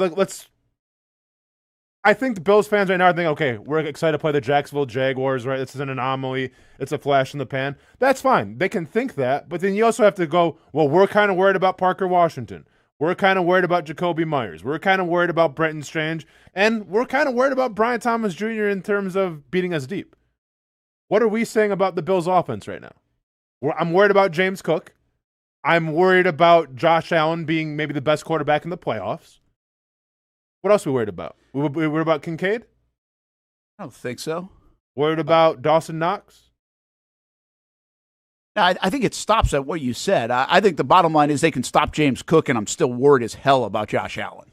Sure. Like, the bottom line is he's that good. It's a quarterback league. It's a quarterback time of year, and he's probably the best one. So to me, that's not favorable. Mm-hmm. But a it's defense. It's going to be a Gabe Davis game, ain't it? Dude, I couldn't bear it. Could you? Listen, here's the thing, though. I'm calling script writing if that's the case. Here's the other thing about this, right? Like, okay, I'll just ask the question now. Are the Buffalo Bills glad they got the Jacksonville Jaguars or not? Because you just said, are they worried about like, I don't really think the Bills people are losing sleep over any of the skill guys of the Jaguars. Now, the whole compilation of it, maybe, but not the skill. I think they're losing sleep right now because Trevor's playing really well. Much like you would lose sleep here in Jacksonville because Josh Allen's on the other side. Mm-hmm. They're not worried about the run game of the Jags. I mean, but they're worried about the whole thing, right? The whole thing is it's working. Mm-hmm. And I think what we're worried about for the Buffalo Bills is it works. I don't know if you can break it down the why. It works. But if you break it down piece by piece, I don't think anybody's, with all due respect to all these guys that have performed, are concerned about Parker, Jacoby Myers, Brenton Strange. I think you got to be concerned about Parker. I do. Maybe you do. I mean, you don't think they're watching the Denver film against what I was told was one of the best defenses in the NFL, and you watch Parker Washington shred them up? But if you look at the stat sheet, I mean, it's kind of comparable. I mean, the Jags don't have a 1,000-yard receiver. They got Parker at 800-something. You look at the Bills, they don't have one either. Khalil Shakir's got 720. Who's their second leading receiver? It's Shakir, then Kincaid, and then Knox, then Coleman. Two tight ends, yeah. They're going to throw it to James Cook out of the backfield, and that seems to cook a lot of people. It seems like Pun intended. He's going to hit a lot of different guys. I mean, Trevor hit every skilled position guy yesterday, other than the backs. I mean, he hit every tight end that played and hit every receiver that played. And again, that's the weapon.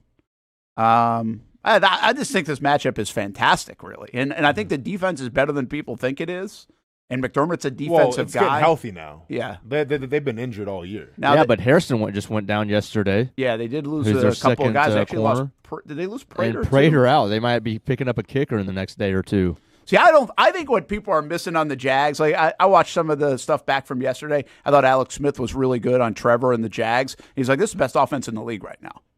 Hands down, he said this is the best offense. But people are missing, especially this time of year, is not just Cam Little kicking it 67 yards. The Jags have capability to be the best special teams in the playoffs. They've got the kicker with the long leg who's hot. They've got Logan Cook, who has established himself as one of the best punters in the game and can really flip the field and change things inside the 15, the 10, the 5. And then they do have Parker Washington, who can really make a difference in that aspect of the game as well. He really reminds me all of a sudden of Troy Brown and these when I covered the Patriots and they went to their first Super Bowl, where he can beat you in the return game, and he's kind of like your best receiver that nobody's talking about, you know? Yeah. So I just really think, I don't think people are talking about special teams being a factor as much, and that's why I think the Prater or the kicker situation for the Buffalo Bills could be interesting to watch. Yeah, it's not a bad call, for sure. Do we know is Ed Oliver coming back for the Bills? I don't know. Okay. Because he's been out for like an extended period of time. Right? Yeah. And he had surgery on Monday. Okay. Last Monday. Okay. On his bicep. So probably wait, sorry. Not. Wait, hold on. ESPN, am I having season-ending torn biceps injury in October? I thought he was slated to come back, though. That's what this one says. This sentence says that Oliver biceps underwent surgery Monday to have his meniscus in his knee repaired. Oh, maybe he just got something else done because he was already out. Okay. So he's not playing? Yeah, I don't think he's playing. Okay. He's on IR. Well, yeah, but he can come off of IR. But it seems like he was placed last week. Okay. 4 days ago, Sean McDermott just gave brutal injury update regarding Ed Oliver. so he's not coming back. Okay. So they got, I mean, what is their D-line? That's good for the Jags, then. Darian Mathis and Deion Walker from Kentucky, rookie. Yeah. Epinesa. Yeah, listen. We're gonna really break down their whole roster. This is the NFL gods, though, man. Sprinkle it on for the Jags. they got it with Cam Ward. oh yeah. I mean, hey, I wasn't worried about that. Somebody's gonna get hurt. I wasn't, but hey, when I was watching the Broncos game yesterday and Bulls went down for a little bit, I'm like, did he? Oh, they're at it again. little right there to Denver. Give a little to New England. No, okay. Yeah, do we know what the Stephon Diggs stuff yet? Yeah, I think they're going to delay that. Yeah. They're going to delay. Come on. You can't have him on the streets. You can't have him on the streets. We'll see next week if we're lucky to talk about next week. You can't have him on the streets. A little more. Listen, I really think this is what the playoffs are about. These are hard matchups. I think both teams.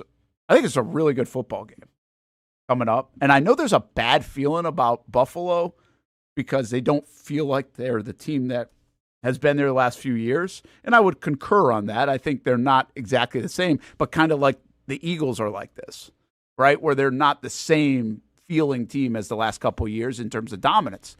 Yet you would sit there and say, hey, I think the Eagles still have a shot to get to Santa Clara. And I think Buffalo is the same way. I don't think anybody's sleeping on Buffalo, by the way. You don't sleep on Josh Allen, and Buffalo's been on a nice run. I'm just telling you, I think some of the stuff, like some of the storylines you hear about the defense being weak and this, and they don't have anybody to throw to, I don't really buy into it. I think this is a team that's putting up a crap load of points most every week, and it's not like they're San Francisco's defense. No, I understand. But, like, at the end of the day, and I get it's the playoffs, so the records go to 0-0 and all this good stuff. But can we sit here and say, is this probably the worst playoff team that Josh Allen has played on? Or not? Or do you disagree with that? At face value, I think I disagree with it. At a deeper dive, I'm sorry, I agree with it. Okay. But a deeper dive, when we start doing this, which we're going to do all week, I'm not sure I agree as much. Okay. Well, and maybe that's just because the league's more wide open and you don't have Kansas City and Baltimore and all those to contend with. Second question. Is this the best Jaguars team that Trevor Lawrence has played on? Absolutely. Okay. That is hands down. Okay. Yeah. Or playing as good, right? I mean, I actually thought about this question. Let's take a break anyway. We got to stay on time. But do you think this team is better than 2017? I mean, they just finished more. You have to answer it right yet. Okay. But we'll do it on the other side. That's a tease. Yeah, we'll tease that. I mean, obviously they won more games in the regular season. Does that make them better? I think you can also, 1999, the Jags won more games. Were they better than this team? I think most people would say yes. We weren't here for it. But we were around for 2017. That's still fresh. And even 2022, where the Jags, by the way, won a playoff game and went to an AFC championship the last two times. Playoffs work funny, but I think feels like right now there's almost more confidence in a run than I can remember going into the postseason in both of those years. But I might be remembering wrong. Beautiful day here in Jacksonville. Beautiful time to celebrate an AFC South championship. 1 o'clock game on CBS 47. That place is going to be bonkers on Sunday in the afternoon. Weather looks good. Once again, should be good football weather here in Jacksonville.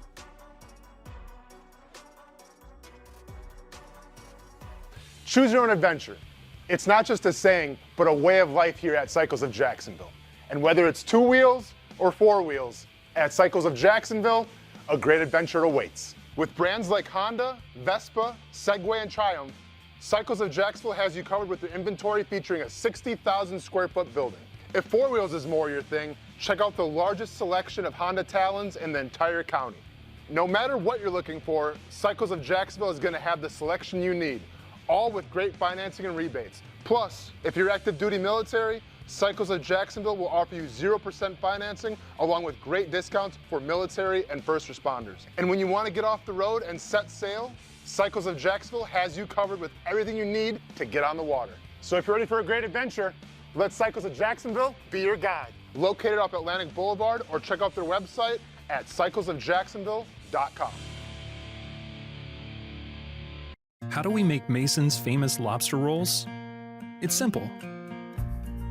We get up before dawn, head into the open waters of Maine, haul in our traps by hand, and send only the best straight to our restaurants, where we add warm butter or chilled mayo with a squeeze of lemon and pile it on a toasted split-top roll, just like it's been done for nearly a century. That's the recipe for Mason's famous lobster rolls. What's been going on? We're both dealing with a lot of guilt right now. Can't sleep, can't eat. See that brand new Hyundai Santa Fe? We only paid $100 for it. Looks like we're out of time. Breathing exercises. Inhale, exhale. Enjoy the new car. Okay, thanks. Deal so right, it almost feels wrong. The Hyundai Getaway Sales Event. Get a Hyundai Santa Fe with 0% APR for 60 months, plus 0 payments for 90 days, or get $3,500 bonus cash. Hurry in.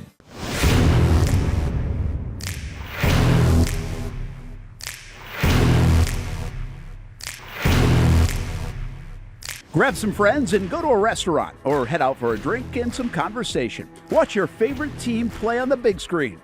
Or how about play some games? You can do all of that in one night at Best Bet. Each location has a different vibe, its own personality, like here at the original Best Bet in Orange Park.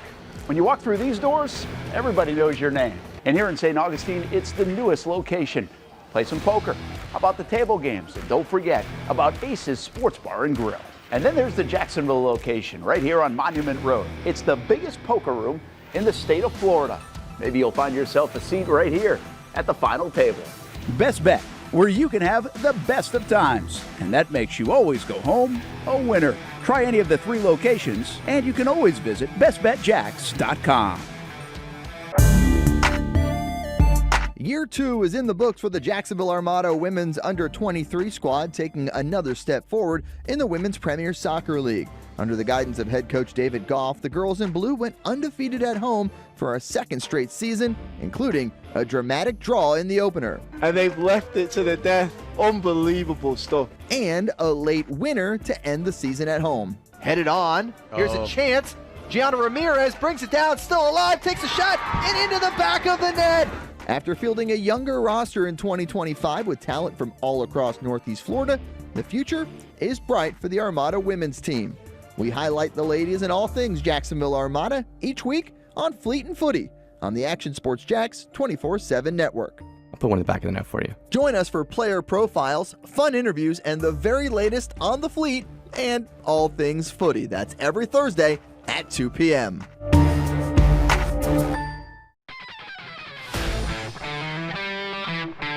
Hey guys, we got a new player today.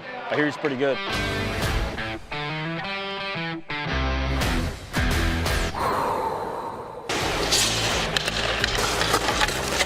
Heard this guy played in the NFL. I think he's an MMA fighter. I've actually been on his show, the Brent and Austen show. Football and fighting, that's the easy part. Let's see if I still have it on the ice.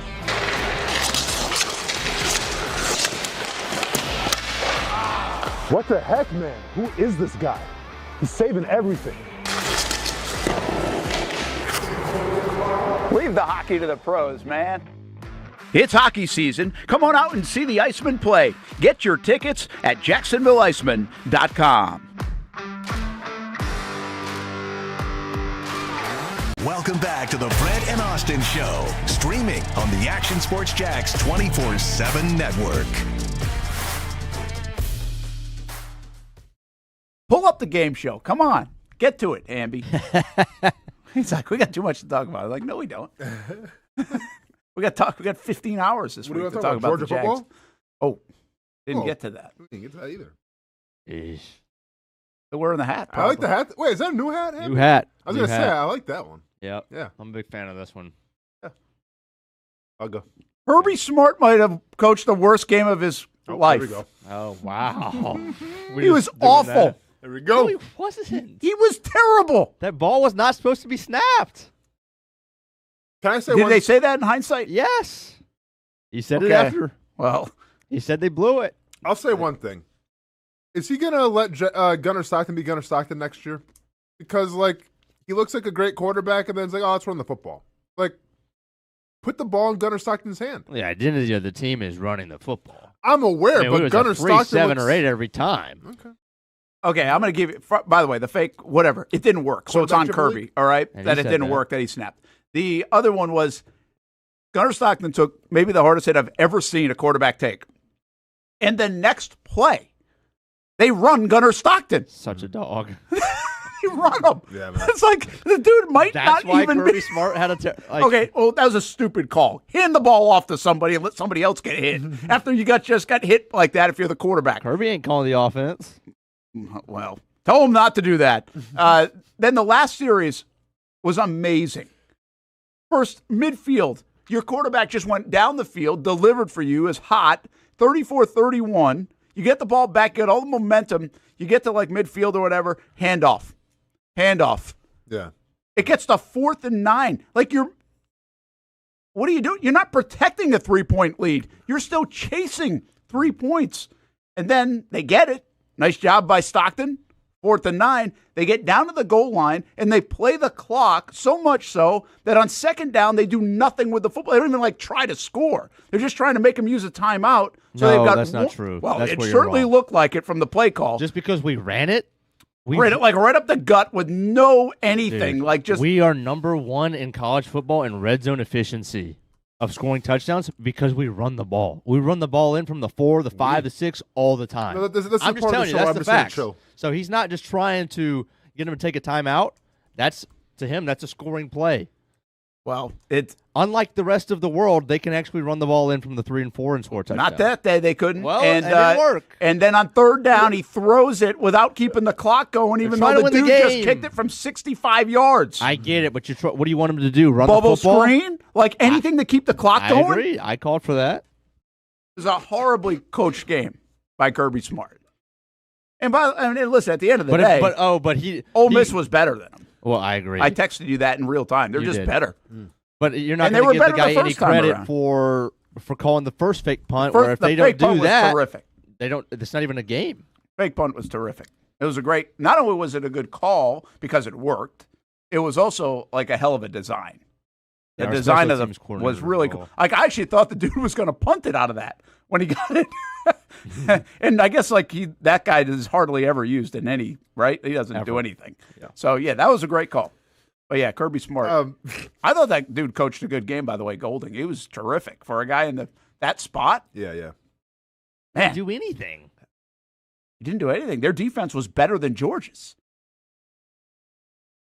No, I don't think their defense was better than Georgia's defense in that football game. No, they had one. They had the best player on the field, and he won the game. Trinidad Chambliss. No, I think their defense actually won them the game. First two, they didn't punt the first meeting. I understand Georgia didn't that. punt the first meeting. I understand that. They had to do 2 fake punts. They punted the first 2 times of the game. Well, and I they would needed a hope 4th in 8 and quarters 9. of football, you'd be able to make a single adjustment to be able to stop an opposing offense. Well, they made the adjustments. Is the point? No, just keep going. I love this. I'm not getting involved. I like it. They needed a 4th and 9 just to stay in the game late. I get it. I mean, their defense played well, but It was better than Georgia's defense. Trinidad Chambliss won the game. He was the best player on the field. That is a very fair That is assessment. true. That Stockton was really good too, though. Hamby, can we have an honest conversation here? This isn't coming from a place of malice or trying to make fun of your team. we go. No, it's a legitimate question, I think. All right, go ahead. All right. Would you agree with me that in terms of NIL, Georgia really isn't at the top, like not even top 10, I feel like? I would not. I would say we're not in the top 5. You're not in the top 10, I feel like. Because Texas, As far as Texas Tech, Ohio State, as far Oregon, as Texas, okay, hold spending? on. You mean as far spending? as spending or hitting, like hitting on prospects? Oh no, dude, come on, spending. I think we're like 8. I don't think you're top 10 this year, but regardless, do you think there's got to be more of an emphasis of that going forward for Georgia? Because I feel like you guys have rested on your, Well, we were the youngest team in the SEC this year. Okay. The youngest team in the SEC. Okay.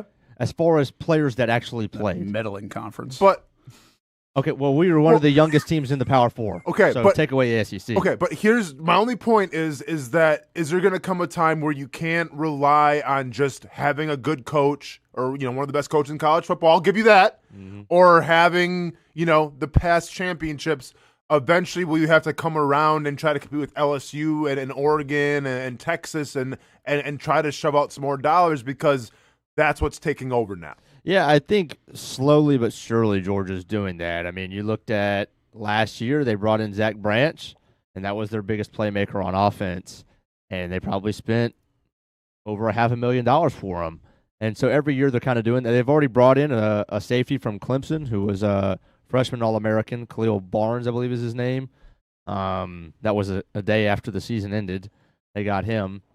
So I think we're seeing that a little bit, that they're going to spend a little bit more in the transfer portal. But at the end of the day, if he wants to build through high school, he's going to build through high school. And if you can get to the semifinal or the quarterfinal with the youngest team, he's just going to, believe that next year when they're not the youngest team and they've all had a full season of SEC experience, that they're going to be better.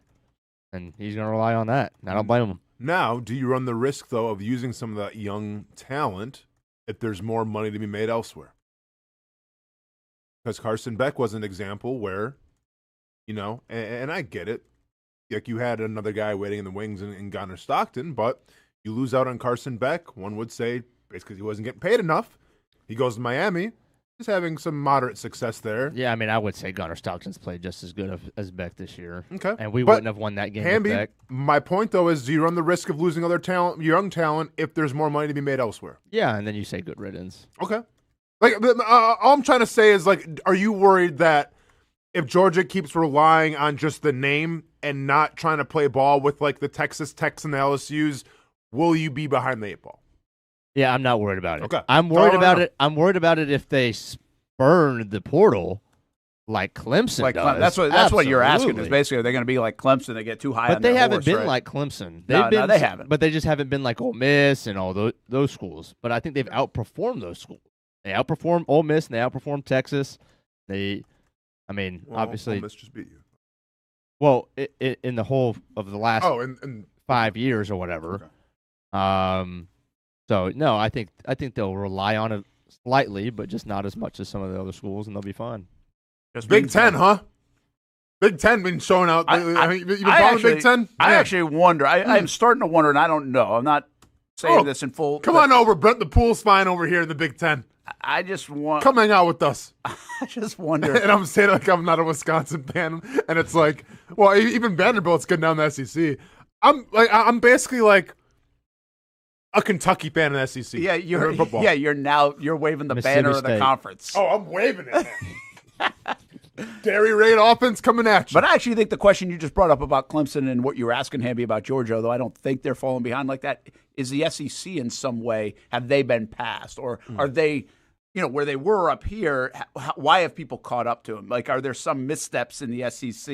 Did they kind of eat their own, if you will, like they just did with LSU stealing Kiffin and some of these things that have gone on where they've got so competitive amongst each other, where they've actually watched people start to pass them by in the Big Ten. And I understand now what people want to say in the SEC is, well, the depth is way better. It's like, well, who gives a damn about how good Florida is when they win 4 games a year, or Kentucky or whoever, right? Like, that's not really where you're judged. If you did that for years and years, you've been like, oh, yeah, but SEC won the last 8 national championships. Yeah, Florida. Well, right now. Have you seen our Purdue's? Have you seen our Rutgers?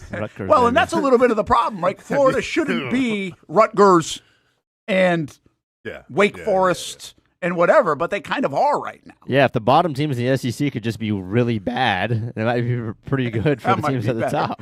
That might be better. But yeah, listen, hope. The elite team, listen, the Ohio States of the world, and now you put Indiana in there. I don't know if they're here to stay. But because of this conference alignment with Oregon, I mean, they just got, what's his name? Transfer quarterback Josh Hoover. So. Yeah, well, I think if one thing this season taught us is don't be too enamored with whoever the big name quarterback is to start the year.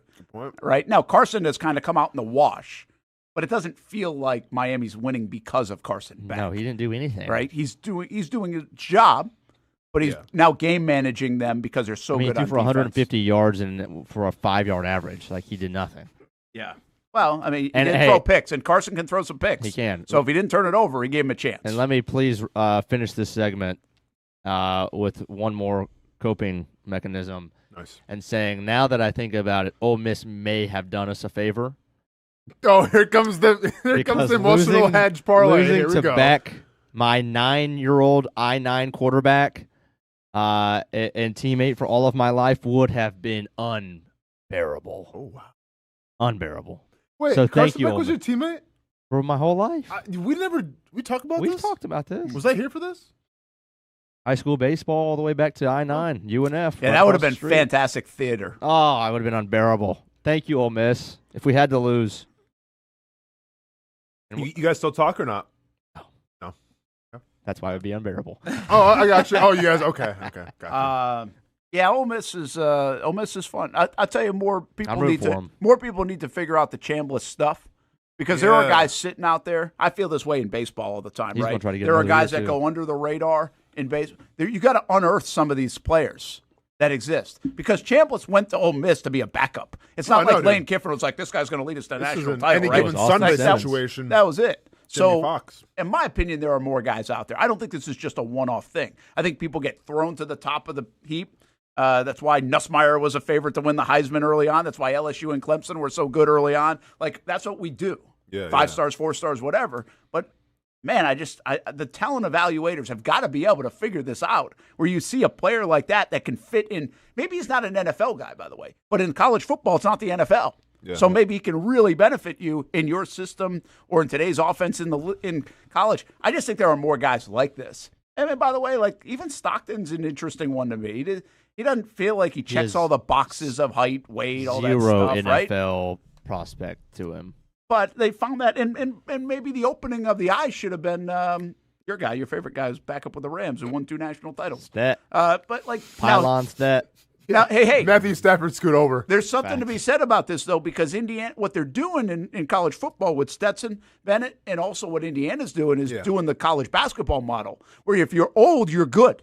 Well, Indiana, I saw a tweet the other day. They're old. They are old as hell. Have you seen their coach? Yeah, but like everybody's like 3, 4, some 5, 6 year guys, and they're starting 22. I'm so tired of Signetti. And no. Can't get tired of Signetti. No, it's so fake.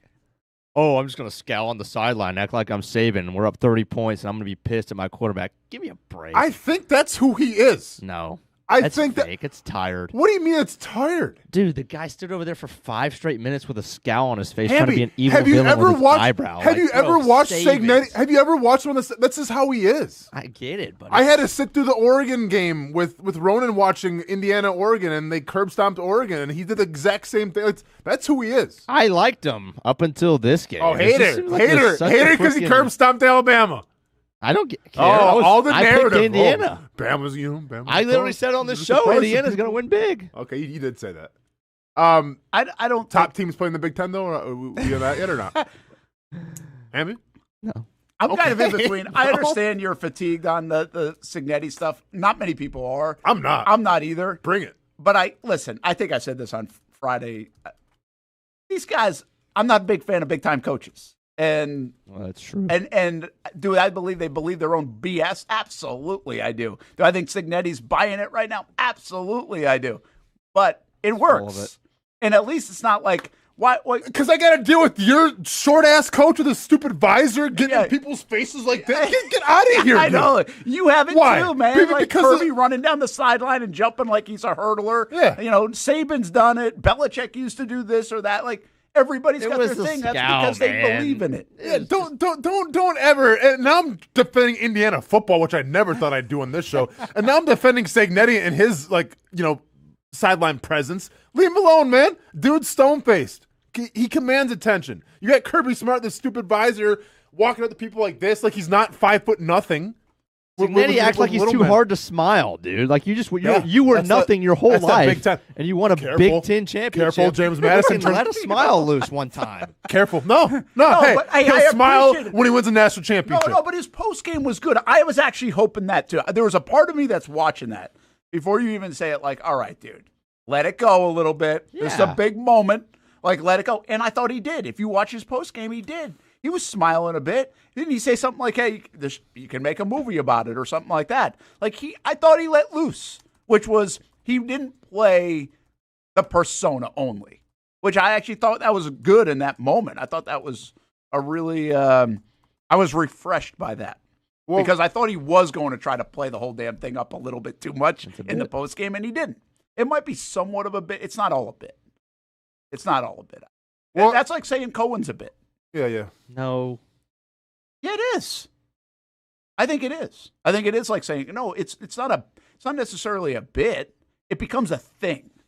But I don't think it's a bit. It's called culture building, Hamby. Like, don't be a hater. Oh my gosh. Okay, let me Google how many Indiana players have been arrested this year.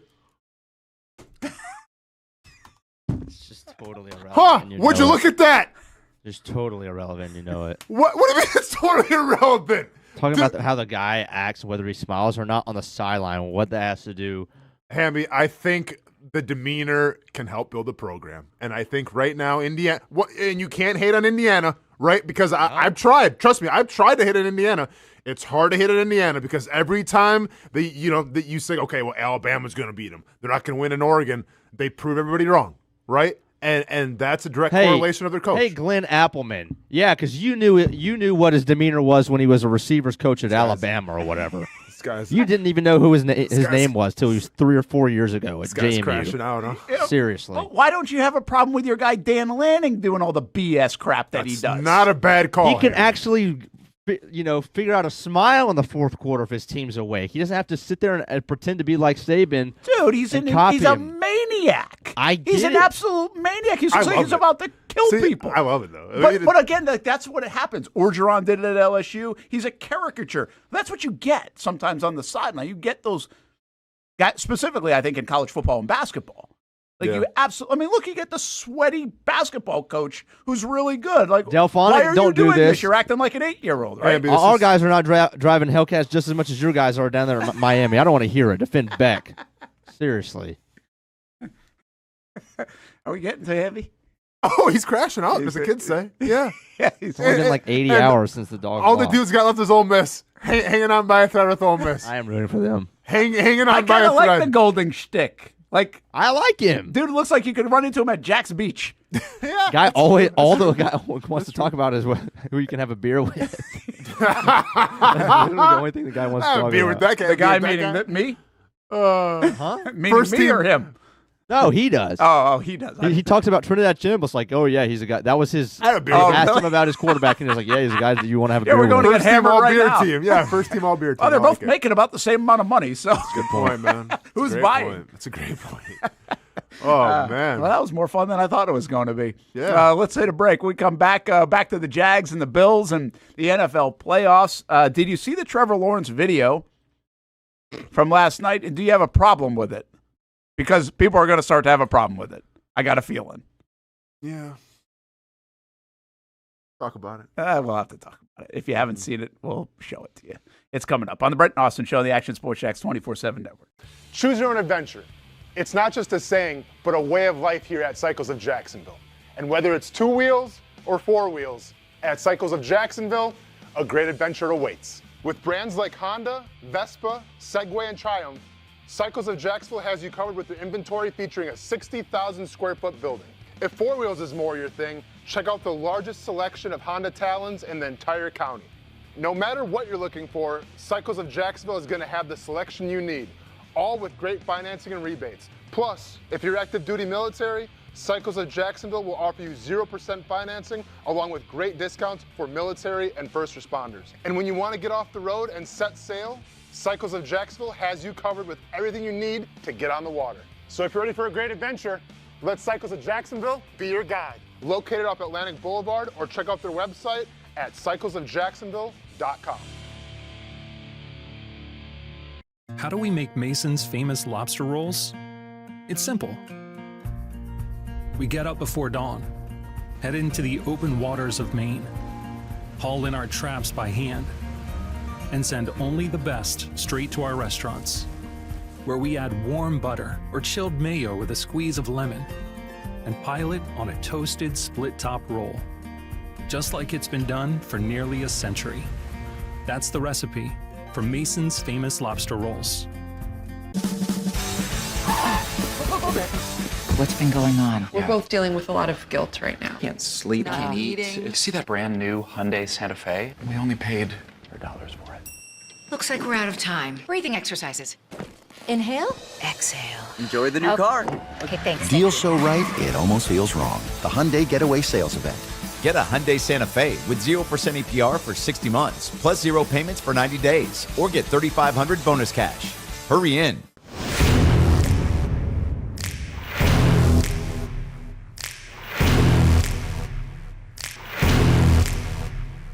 Grab some friends and go to a restaurant or head out for a drink and some conversation. Watch your favorite team play on the big screen. Or how about play some games? You can do all of that in one night at Best Bet. Each location has a different vibe, its own personality, like here at the original Best Bet in Orange Park. When you walk through these doors, everybody knows your name. And here in St. Augustine, it's the newest location. Play some poker. How about the table games? And don't forget about Ace's Sports Bar and Grill. And then there's the Jacksonville location right here on Monument Road. It's the biggest poker room in the state of Florida. Maybe you'll find yourself a seat right here at the final table. Best Bet, where you can have the best of times. And that makes you always go home a winner. Try any of the 3 locations, and you can always visit bestbetjacks.com. Year 2 is in the books for the Jacksonville Armada women's under-23 squad, taking another step forward in the Women's Premier Soccer League. Under the guidance of head coach David Goff, the girls in blue went undefeated at home for a second straight season, including a dramatic draw in the opener. And they've left it to the death. Unbelievable stuff. And a late winner to end the season at home. Headed on. Here's a chance. Gianna Ramirez brings it down, still alive, takes a shot, and into the back of the net. After fielding a younger roster in 2025 with talent from all across Northeast Florida, the future is bright for the Armada women's team. We highlight the ladies and all things Jacksonville Armada each week on Fleet and Footy on the Action Sports Jacks 24/7 network. I'll put one in the back of the net for you. Join us for player profiles, fun interviews, and the very latest on the Fleet and all things footy. That's every Thursday at 2 p.m.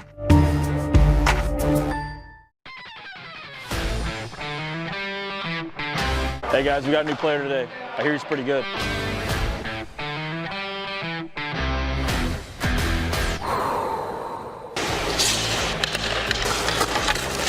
Heard this guy played in the NFL. I think he's an MMA fighter. I've actually been on his show, the Brent and Austen show.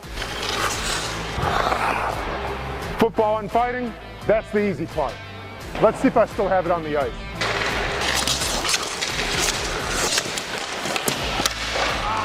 What the heck, man? Who is this guy? He's saving everything.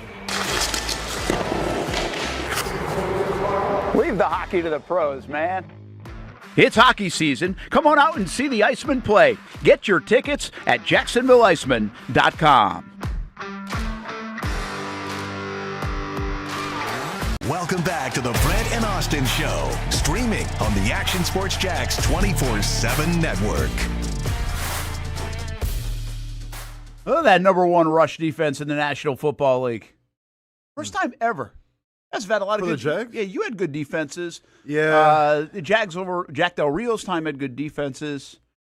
I know the offense really led the way during that late 90s run a lot. I mean, not to say the defense wasn't good, but it wasn't like it was the offense scoring a bunch of points too. At least that's the way it felt looking back on it. So, but number 1 in the National Football League for the first time ever. And who in their right mind would have predicted that at the beginning of the year? Are they second in takeaways this year? I think to Chicago. To Chicago? Well, amazing, man. So they ended up 8th in the NFL and 19.8 points per game. I didn't know that. I mean, you couldn't let Tennessee score a couple more points just to like maybe keep Coach Campanile. You know, they haven't allowed more than 20 points in 6 consecutive games.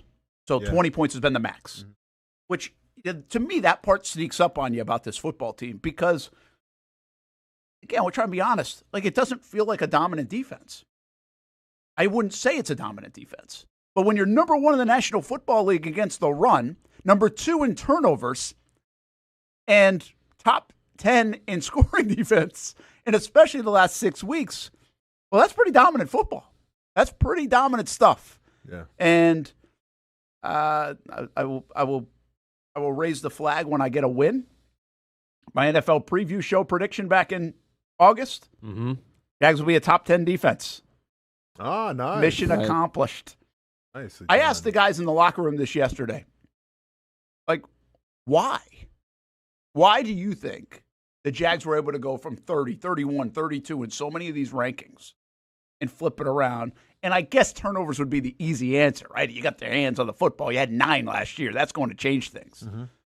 but there's got to be more to it because there are a lot of the same football players here that are still a part of this, and especially now because some of the injuries.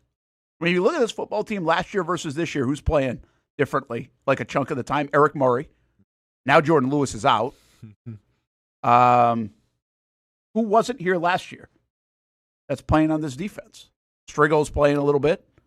Well, B.J. Green was playing. B.J. Green. Yeah. I mean, really. Gardeck. Oh, Gardeck. Good one. So I guess I'll ask you, like, why do you think this defense was able to do what they did? Because they finally found a scheme that allows players to be athletes and not robots, and they're having fun doing so. And they lost some weight. and maybe some players lost some weight, and maybe some players played back in their normal positions. Yeah, I said this about Antonio Johnson. To me, it's funny, like you're watching these guys get bigger last year, and I guess you understand some of the theory behind it. But the guys, to me, that jumped out more than anybody, because like Josh Hines-Allen and Trayvon Walker are already big guys. Yeah. To me. But the guys that really jumped out about how much weight they put on were Devin Lloyd and Antonio Johnson. If you looked at them last year, like we were doing an interview last year, I was like, damn, man, these guys. And I actually wondered in my own mind, I was like, is this just part of their maturation as men at 23, 24 years old? Yeah. Is, everybody looks a little bit different as you grow and go along. Or is this intentional weight to this degree and blah, blah, blah, blah, blah. So those are the two guys that when I think about the weight from last year really stick out. Well, now in hindsight, you turn around and look at the seasons those guys had in the regular season. They lead the team in interceptions and the dynamic playmaking that they've had. And Antonio Johnson continued to really ascend. Devin Lloyd was right off the rip of the season with some of the splash plays. And I just go back to that. I mean, they are playing at the weight they are best at, right? Yep. And yeah, Delphonic, that's a good one. You almost wonder. Let's just wonder for a moment that if Cisco stayed here, and I don't know what he did with I know he didn't finish the season with the Jets, and the Jets were terrible in a lot of respects. But like I thought at times Cisco was a good football player. He didn't play well last year at all, like at all. You wonder if like they got him back to where he should be, would he have been a better football player on this team? Yeah, I mean, I think one would think so. And Josh Hines-Allen playing a much better, I think, than with a lighter frame. But this all goes once again back into scheme like I was talking about, and it's such an easy concept, it's such a novel concept, but coaches sometimes let the ego get the best of them and they can't comprehend it. Some coaches would look at a roster and say, yeah, okay, we got some good players, but I can picture this guy doing this, or I can picture this guy doing that. And that's what it was last year for Ryan Nielsen's defense. And this year, like, is Jacksonville running the exact same defense that they had success with Coach Campanelli in Green Bay? Absolutely not. Because Coach Campanelli looked at Devin Lloyd and said, you know what? You're really good at blitzing and setting the picks and everything for for Trayvon Walker, for Josh Hines-Allen. So guess what? You're going to do a lot of that. And then obviously he's done great in the coverage as well. Trayvon Walker, I get it. Get ready to do some dirty work, because even though you're a great pass rusher on the outside, we need you to kind of play that 4-eye a little bit and play two-way football, and sometimes you have to do the dirty work and it gets unsung, but it's going to help us in the run game, so you do that. All right, great. Hey, Josh Hines-Allen, you're our best pass rusher that we have. Guess what? I'm going to give you precedence where if you want to rush on the left side, go ahead and do it. You want to rush on the right side, you let us know. It's the fact of you're letting players feel like athletes and be themselves and do what they do great, as opposed to trying to stick a square peg in a round circle and say, you guys got to play it this way because this is the only thing I've ever known on defense. Yeah. And that's the difference. The guys are having fun. It's contagious, and it's been a blast to watch. Yeah, camp has really figured out their best stuff and best attributes and how to use it and piece it all together. And again, Antonio Johnson, to me, we're seeing some ascension here. Like I said it a couple of times the last couple of days, you talk about Anthony Campanelli changing a direction, a trajectory of a guy's career. I mean, if Antonio Johnson had to go in the game in the first month of the year, you'd be like, yeah, okay. Right? Yeah. We would have probably been like, yeah, going into 2026, the Jags really need to get better at safety because of, they got Antonio Johnson or they got this guy. Not what he's saying right now. Mm-hmm. I mean, he's really developed and played well. I thought Josh Hines-Allen said something to me yesterday in the locker room. Then I guess I heard him. He went to the podium and said, I think something similar. But we were just talking after the game a little bit. and he says, he's like, it's very, I'm paraphrasing, it's very nice when you don't feel like you have to do it all. Mm-hmm. And I think what he meant, there's a little interpretation there, but I think, first of all, that shows trust that other guys are going to do it well. Devon Hamilton's playing at a very high level. He was very complimentary about Devon Hamilton. But remember even like early, was it in the offseason or camp where he said he's the best nose tackle in the game? Mm-hmm. And people kind of like, what are you talking about, right? And now he's played best very well. Stopping the run. He's played very well and underappreciated probably. Mm-hmm. But I think that also means, you've got players doing their jobs well. So, and when I heard Josh say that, that's an interesting perspective because it feels like you got to always be the guy. You're stressing to be the guy. Now you can kind of let the game come to you. And I actually relate it to Trevor as well. I think there are times where Trevor thinks he's got to do everything in his career here in Jacksonville to make this thing work. And it's more out of want to, by the way. I don't think either guy would be complaining about that. It's like they want to make it work. Mm-hmm. So you try to do too much at times or expend too much energy in a certain area of the game or in a game instead of just letting it come to you. And I just thought that was pretty insightful from Josh Hines-Allen about where he thinks this football team is from a talent standpoint, but also from just an operational standpoint. Yeah, without a doubt. And I think, he'll be the first one to tell you. And going back to the most important game of the season in Houston when you blew that 19 point lead in the fourth quarter, that was the example of Josh Hines-Allen trying to play outside himself, trying to do a little too much. And, as a result of that, Davis Mills gets out of the pocket, gets a touchdown, and the rest is history. But the Jaguars are a better team for having gone through that, and I guess so the Houston Texans. But I think Josh Hines-Allen has been a different player since that. And it goes to show you that you don't have to go out and try to do too much, try to win football games. Just do what you do well. And this defense is compiled now with players where if you just do your job, then somebody else next to or behind you or in front of you will do their job, and probably good things are going to happen. All right, I asked this question about a half hour ago, so I'm going to get you guys' thoughts on it. Is this team better than 2017 and, for that matter, 2022? On offense? Going into this postseason. In 2017 on offense, yes. On defense, I don't think so. Hamby, how do you feel about it? I think they can win a lot of different types of games this year where they couldn't in 2017. So I will say that this year's team is better. They can win in a lot of different game scripts. Come from behind. 2017 really wasn't coming from behind. So they can come from behind, and they've proven they can play from in front as well. Yeah. No, I think that's a good point. I think this team, they were number one in rushing. They ran the ball better in 2017. But in this day and age, having a guy that's playing at the level that he's playing, where you can put it in his hands, and you almost want to put it in his hands, that is a totally different mindset of the football team. For statistical comparisons, 2017 was better in offense, not for points per game, but overall in the league. They were 26.1. This one, I think, is at 27 point something. The Jags right now are 6th overall in the NFL with that, points per game, 5th in 2017, which I do think people sleep on. They were 2nd in the NFL in points per game on defense, 16.8. Right now, I think I saw they were 8th, right? That's what we said, at just under 20. So, and here's the thing. The reason why I bring up even the defense feels closer statistically with all the turnovers. They definitely aren't in the sack category. Yeah. But I saw something this week, guys, that I was fascinated by. The top, if you take a look at the bottom 12 teams in the National Football League, it starts with the Jags. I think the Jags are 20th in sacks. Go all the way down to San Francisco at number 32. San Francisco has 19 sacks this year. 6 out of the bottom 12 teams in the National Football League in sacks made the playoffs.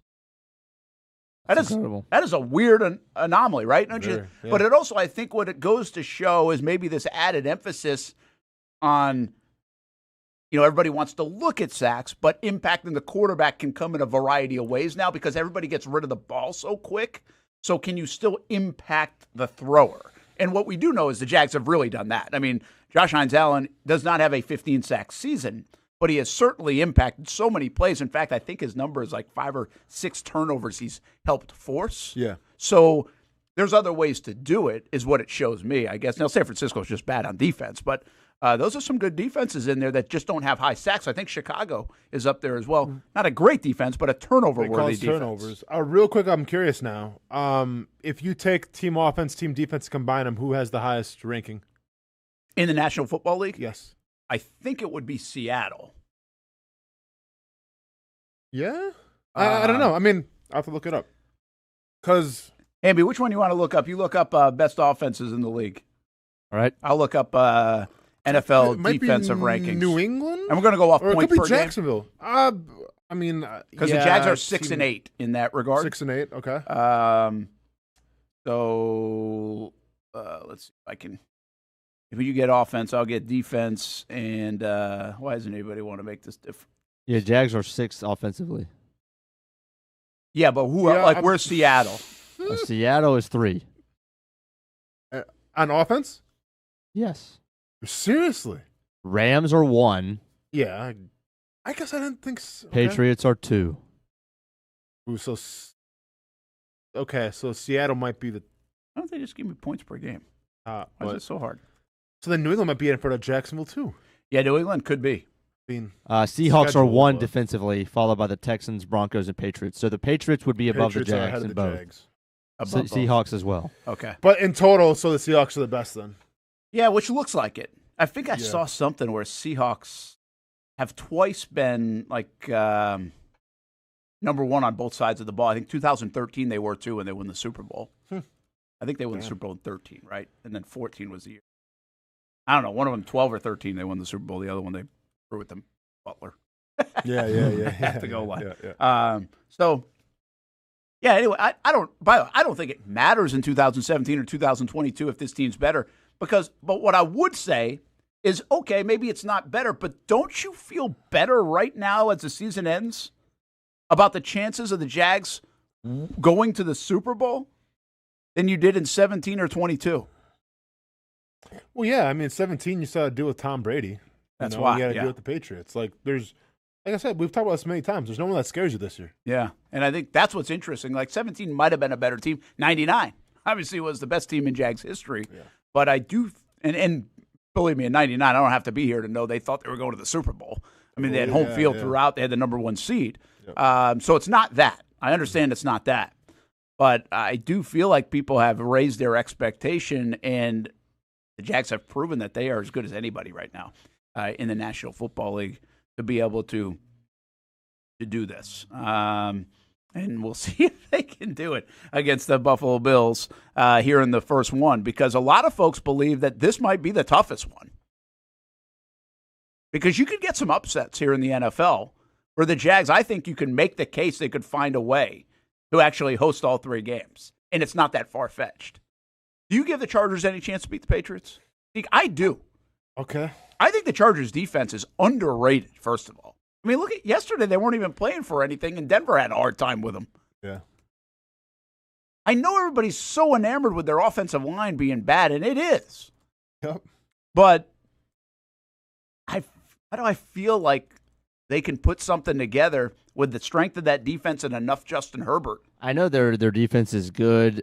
It's just hard to really bank on them being good when they needed to show up against the Texans, and then they got 2 thrown way over their head for 60-yard touchdowns back-to-back in the first quarter 2 weeks ago.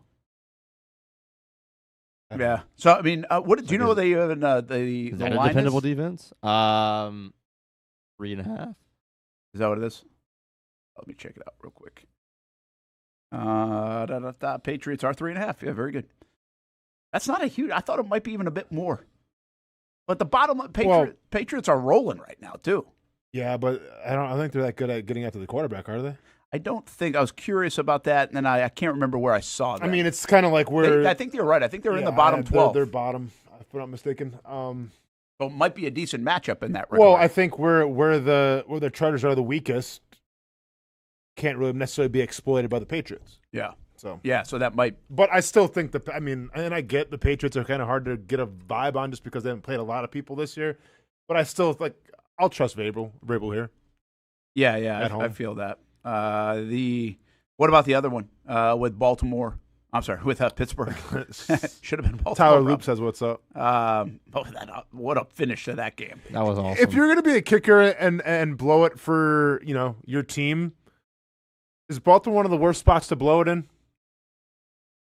What a great question. Philly, bad.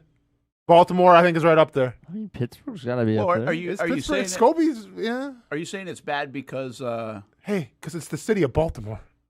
Oh, I don't feel that. I thought you were trying to do it Somebody relative hasn't to watched the The Wire? greatness of Justin Tucker. Oh, no. I'm just saying, like, in terms of a fan base, in terms of a city coming after That's you. I feel like interesting. they treated Mark Andrews all right. I don't feel like Baltimore's like that relative to Philly. Was that a real? You sure about that? Yeah, I feel like they treated him okay. Yeah, I don't think they did, but they definitely didn't. Now the organization did a nice job of having his back. Seemed like they protected him a little bit. The organization or the city? Oh, I guess the organization. Okay, yeah. Yeah, I don't know, man. I don't feel that way about Baltimore. I feel like I feel that way about Philly. I feel that way about Boston, New York. I feel that way about Boston. And feel that way about Chicago even. Before I would feel that way about Baltimore. Okay. But I might be wrong. I don't know. I don't. What was the double doinker's name? Gosh. For that got Peterson the next year. They got the win, right, because of it? Cody Parkey. Parkey. Yeah, Parkey. Plus you got Bartman in Chicago. You got a list. Yeah. I don't know, man. I just feel like Baltimore is one of those spots, man. But maybe I'm wrong. I feel for those kickers, man. I watch The Wire too much. How about I couldn't believe what's his name? Boswell missed the extra point. Oh Neither could Tirico. Yeah, he got caught off guard. Didn't he did. He really got caught off guard. He couldn't believe it. He just assumed that it was. But it's almost better that way. You know, in a weird way, I found myself in that game last night rooting for the Steelers. Really? I did too. I don't know why. Like, I don't care, but I feel like Rodgers is a very interesting. Like, I don't think many people root for Rodgers. Yet I kind of found myself in that game rooting for Rodgers and Tomlin. Oddly enough. I like Tom. I mean, I don't mind Rodgers is kind of whatever, right? But like, I'm a big. I like Tomlin. It was interesting, and I don't know. I saw this on Twitter from somebody. It was their take, but it was interesting that Tomlin was doing all that, kind of celebrating and dancing after, or if he just go to kick the frickin' field goal before half, none of that stuff would have happened. Yeah, it was interesting. Yeah, I guess that's major hindsight there. I found it interesting that he did that based on how they won. Because they totally got lucky. It's a win, right? It was that and the time. Yeah, it was a little bit, but it also showed because Tomlin is he does not show emotion. Yeah, I was surprised. And He's so Signetti. I think that showed you that I think that showed you that there was some pent up the stuff that's coming out of there there's some pressure about on his him. future and about how he's been criticized over the years at this time of year. Every year. I know. With what quarterback? But I don't think he does that. Like, that's my point. Like, that emotional stuff, like, on the field. Yeah. But it's going to always be the Mike Vrabel thing, too. Like, they let him go in Tennessee. What do you have to work with that quarterback? What does Tomlin have to work with that quarterback? I mean, and granted, I guess Aaron Rodgers is a upgrade from, like, Fields was and Russ Wilson, but, like, give him a legitimate first-round quarterback you can build around and make a franchise guy, and then see what Tomlin can do. But you want to run him out of town, okay. I didn't realize this, but I guess Baltimore was the odds-on favorite to win the Super Bowl going into the year at like plus 600. Really? They were higher than the Bills, who were plus 700. I think I saw that correctly this morning. And what, the 49ers? Did I say the Ravens? The Ravens. That's what I said. Yeah, even now maybe they were just showed some odds, but they only showed like 3 odds, and the Ravens were the best ones. And plus 600 is pretty high favorite to win a Super Bowl, I would think. Yeah. So, well. They just had a miserable year.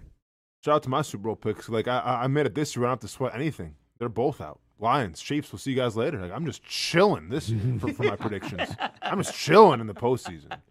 I think I had Bills Packers. All right, we're still live. Oh, I know we had Packers, and I don't know if I had Bills or not. I can't remember. I can find it. No, I might have had Bengals. Hey, I know last year I had the Jags Packers. Oh yeah. Hey, Hamby, maybe you're a year away. I was a year. You were a year away. We'll see with Green Bay, man. We'll see with Green Bay. Yeah, like that's a team. Like when we talk about how people are feeling, they're not feeling so good. Oh, Brent, you had Ravens Packers, so you had the Ravens. I had the Ravens. Damn it, Brent. And Casey had the Bengals and the Packers. Is Lamar done in Baltimore? I don't think so. People made a big deal out of Lamar yesterday. He didn't really defend Harbaugh after the game. Yeah. He was more just like, dude, I'm not thinking about that stuff. Like, I'm pissed off that we lost. And I think this is where we kind of take things maybe over the top. Like, I kind of get that way of thinking. Of course. When asked, like, in the moment. But I think he's getting picked apart a little bit for not at least defending his coach and saying, hey, I'll talk about that later, but yeah, I love Coach. It does seem like there's a little bit of a disconnect. Something's up between there, right? Harbaugh and Lamar. Something's going on. Would you err on the side of Harbaugh or Lamar? Like, you know what I mean? That, like, which one, if you had to keep one, who are you keeping? I would say Lamar. Yeah, I would say Lamar. Because here's the deal. I do think at times, I think Harbaugh's a very good coach. But I also think, even for Tomlin, change of scenery is not a bad idea. Like, you've been there for 16 years or whatever it is. It's a long time. It's a long time to not get stale. I know, it's a long time to – sometimes you need something a little bit different. And here's the one thing. I can replace the coach a lot easier than I can replace the QB. A 2-time MVP at QB. Now I got to find a coach that really believes in the QB. And they know a lot more what's going on, if there are things going on with Lamar or not. Mm-hmm. So some of those things are true or not. But I would say at face value, let me start with the QB. I'll go find a coach. Yeah. How do you replace the QB? Sure. Yeah, you're not wrong. Like, I would never give up on that. You can't, especially a QB that played at such a high level for. Yeah, now listen here. Lamar's got his question marks, no doubt about it, from health to winning in the playoffs to maybe some of these other things. But I still just don't think, like, where are you finding the next one? Unless you have an idea where you can trade for one. Like if Burrow and Lamar wanted to swap and that's your next thing, okay. Yeah. Can we interest you in a nice used Tua Tagovailoa? Yeah, I don't think so. Jeez. Yikes. All right. Hey, do you have this Trevor Lawrence video? Were you able to get it? Or should I take a break? Oh, you do have it. So are you bothered by this? So this is going around. This is apparently last night. Somebody squatting Trevor Lawrence. Hamby, your thoughts? Some of the young guys out there, I think Monheim's back there. I mean, Jack's having... Hainsey's there. Oh, yeah, I mean, hey. By the way, there's no problem with going out and having a good time after an AFC South win. Division win. Like, I got no problem. I really don't have any... Look, you can tell he's protecting himself if this goes bad. This is fine, but that it's going to wrist gets bent, Brent. Yeah, that's what I'm saying. If her leg just gives out, that wrist could come. Now, what are we talking about? I'll be honest. I can't believe he did it.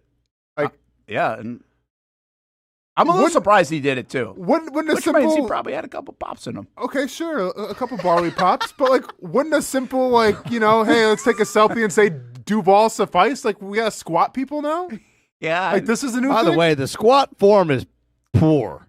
Well, it is, but she also is like, it's also 230 pounder there. Yeah, I don't care. 230. And that's not like an even bar. Hamby, can you squat 230? Yes. Hamby? 230, yes. Ass to grass? Yes. Okay. If you, if you're coming to us, an athlete saying, let's hey, see one more I time. can squat you. Yeah, let's see one more time. I'm expecting a little better. Let's see one more time here. I mean, come on, we're bending the knees. Man, she got sleeve tattoos too, man. This girl's the real deal. I'm not going to mess with her, by the way. Yeah, that's so what I'm saying. Ham, be careful now. Choose your next words wisely. Yeah, I don't know, man. I guess, whatever. Like, no, it's dope. Nothing happened of it, so.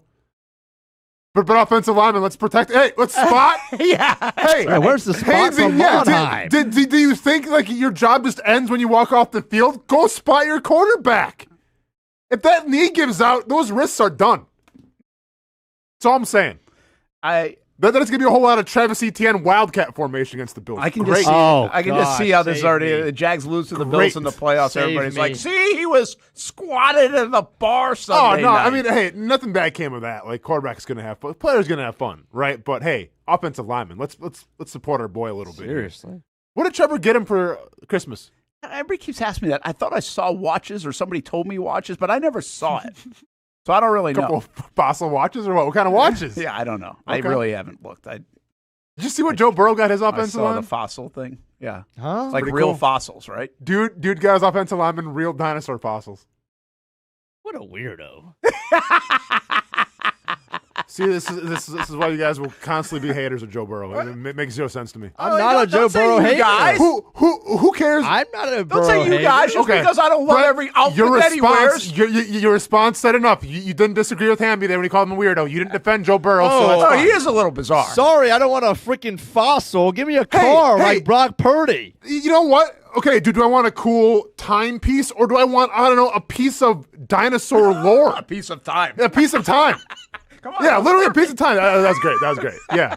It was part of the land before of the time. Dude, give me a break. Shout out to Littlefoot. Or was that Littlefoot? What would you do if I gave you a fossil for Christmas? My wife would ask me to hang it on the wall. I would put you as my emergency contact. Yeah, you get upgraded real quick. That's the second reason why I don't want that. You get upgraded to every single time you text me, I'm texting you back in 2 minutes. Because honestly, I'd be afraid that your emergency contact does get some calls. My mom? Yeah, every once in a while. Mine's going right next to all the plants. I don't want that on me. It's my mom. Yeah, it's my mom. Dude, it's what? You don't want a fossil? I actually do. I like the fact cool. that it's not another golf. All right, exactly. I think it's unique. You know, that's the cool thing. Is there pictures of these things? I think there was of Probably. course there are. Burrow fossils. Joe Burrow fossils. Like what he should have done is he should have got everybody that sweater he wore that we did on microphones. Everyone gets their own Batmobile or something. No, I can't do that. I mean, dude, knowing his money and his connections, get real dinosaurs. might be cloning them in some kind of lab or something. When they arrived, they were greeted with an array of old bones mounted on display at Burrow's residence. You're underselling it. Players selected their fossil of choice depending on when they arrived and their seniority compared to others. Karis, I don't know who that is, picked the tusk of a woolly mammoth, a piece that archaeologists estimated to be about 30 years old. Impossible. Bad time. 30 years? Huh? 30,000. Hamby. It's not 30 years old. It's a No, woolly yeah, mammoth. 30,000. Okay. And that's what I'm saying. Okay, gotcha. Doesn't exist. Bengals offensive you tackles now- Orlando Brown and Amarius Mims. Hey, save it. Let me keep reading. Each Now took You're the home one that cave, threw it in. home cave bear skulls, a T-Rex artifact that went to rookie left guard Dylan Fairchild. Dog was also among the gift. Burrow's fossil gifting is out of the typical realm of what's given to teammates, so you don't say. Yeah. But Brown is excited to display his bear skull next to his sword. Quote, it says a lot about who he is, his personality, his heart, all those things, man, Brown said. He's just a special person. Yeah. Yes, he is. Dude, but I'm saying, don't be hating because the guy went BC on you. Guy went BC and now Hamby's got an issue with it. Hey, Orlando Brown, since when does somebody giving you a cave bear skull tell you a lot about his heart? I'm telling you right now, man, I would take that, assuming I have like I was a 10-year veteran on the team, I'd take that woolly mammoth thing, I would cut it in half, and I would make it like a chalice out of it, and I would drink a beer right in front of Hamby and go, BC, what's up? That's what I would do. Dude, you can't hate on... How much was that? Imagine like a woolly mammoth cup, like a tusk cup. Yeah, Pizza Stanley. How much does that cost? I wonder how much all that... Like, did anybody ever say that in there? Like, how much something like that even costs? How would you even know? Well, I mean, these probably parody priceless, accounts said he spent over $100K, but I thought it was even more than that. It doesn't say how each piece or whatever. Dude, like, went to the museum and just said, give me what you got. Like, how do you get that? Yeah, I don't know. I do like his creativity. Yeah, and I actually liked his unique. press conference yesterday. Did you see it? I'm going to go sit home and sit on the couch? Yeah, he's like, I'm just going to go to bed and I'm going to wake up when I want to wake up. I'm not going to do anything. I And love then Jamar Chase says, well, I'm going to take everybody's advice and go to Cancun. Is that what he said? Yeah, he was like, everybody always says it. I'm going to go. Yeah. I'm going to actually go. Did you guys see what Jordan Love got his offensive lineman? I don't think. I saw a bunch of these, but I didn't see. Because he's got a lot of backlash for it. So he got him. So he got him like $250 shoes from Nike, like a pair of Nike Dunks. Really? And they're worth like $250. And he's sponsored by Nike. And that was it? Well, that was it. See, that's one of the get. problems with this stuff. Like even Trevor, if he gave him a watch, I'm assuming he does an endorsement for the watch place. Yeah. I forget the name of it. So, but it's like, well, so. Good advertising. Yeah, I mean, it'd be like, me getting you guys a Nimnicht oil change. So it's a mobile here. one at that, though. So check it out at NimnichtBuickGMC.com. So or right off Phillips Highway. So Jordan Love got all his offensive linemen Nike Dunk sneakers, and he spent under $5K on it. Well, how many times did he get sacked? That would be the power move, right? Dude, it's like I got sacked 55 times. Screw you guys. Dude made $220 million, Brent. Okay, gotcha. And well, you know this, but players, especially at Jordan Love, he probably gets at a minimum like $50,000 to spend a year at Nike. Correct. That's how it works. Like at least. Like that's how that stuff works. And I learned that. I remember with Justin Blackman, we went to the Nike thing. The uniforms, and he had like $10,000 to spend at the Nike store. Yep. And but then I started to figure out like other players did too, like Scobie over the years. And dude, I was pulling 20. I was pulling 20 a year. Really? Yep. Then that fell through. Which, by the way, is fantastic. Had a dispute. Oh, I've told the story. I feel like you with have. because I had my Liz Frank injury. So then I had to spat my right foot because of my injury. And then they said I couldn't cover up the logos because I spatted both feet. And then I got in a little bit of an argument with like the Nike representative. I remember that. And he said, "Oh, we're going to take your Nikes away." I'm like, and my exact quote was, "I bleeping wear Vans. Take them away. I don't care." Principle. Because this is principle. Cost himself $20,000 at Nike stuff. Free gifts for everybody. And this is my big argument. I said, you guys preach like being at the forefront of player design and safety, and I can't even spat both of my feet because you guys are gonna have an issue with it. Like, no, I get it. I get it. I like that you're a man of principle. And I also that was still a mistake. Well, I know it was. Yeah, because the worst part was because I realized this later. I could get golf clubs because I could make golf clubs at the time. Oh yeah. So all my friends wanted golf clubs because literally. I had $20K. I spent, because once again, I don't wear Nikes. I spent like 1,000 of it, so I had like 19 left, and then I got in trouble, and then they took it away. But I had like 19 just sitting on the counter, and my friends like, buy some golf clubs quick. And I was like, no, man, forget them. That's so funny you say that because we went out there with the Jags when the whole uniform thing, and you go to this, there's a whole shop. And so we went shopping. And for us, we weren't getting stuff for free, but it was like 50% off on this trip. I actually bought a putter. Yeah, man. I got a putter for like half off. I was like, hey, I'm getting this. I forget if I brought that back or just shipped it. I can't remember. But I bought like a bunch of stuff that day from Nike. Now probably spent like a few $100. Of course. Not what. I just always. I'm like sitting there watching Justin Blackman just shove stuff in like a cart. Oh yeah. Oh dude, my rookie year, they were great stocking stuffers. Like it's great. I took care of a lot of my holiday needs. My rookie year. I wasn't wearing honestly didn't know. You came in the league. Is that because you were a draft pick? So yeah, you would get that much money. Under Armour was gonna give me 50. And the funny thing with Under Armour, so because Under Armour loved me because I was unique. Because it was like one of their first years like rolling out football stuff. So like they got in contact with my agent. So like, hey, we love him. He's got a great personality. He looks different. We love him in the Under Armour brand. And then I get to the Senior Bowl, and it was the Under Armour Bowl at the time. Okay, yeah. It was or sponsored by it was Reese's, but Under Armour as well. Yeah, it was. So I had to showcase the new Under Armour cleats. I got through 20 minutes at practice. I go, nope, we're done with these cleats. And I put Nikes on because, like, dude, they killed my feet.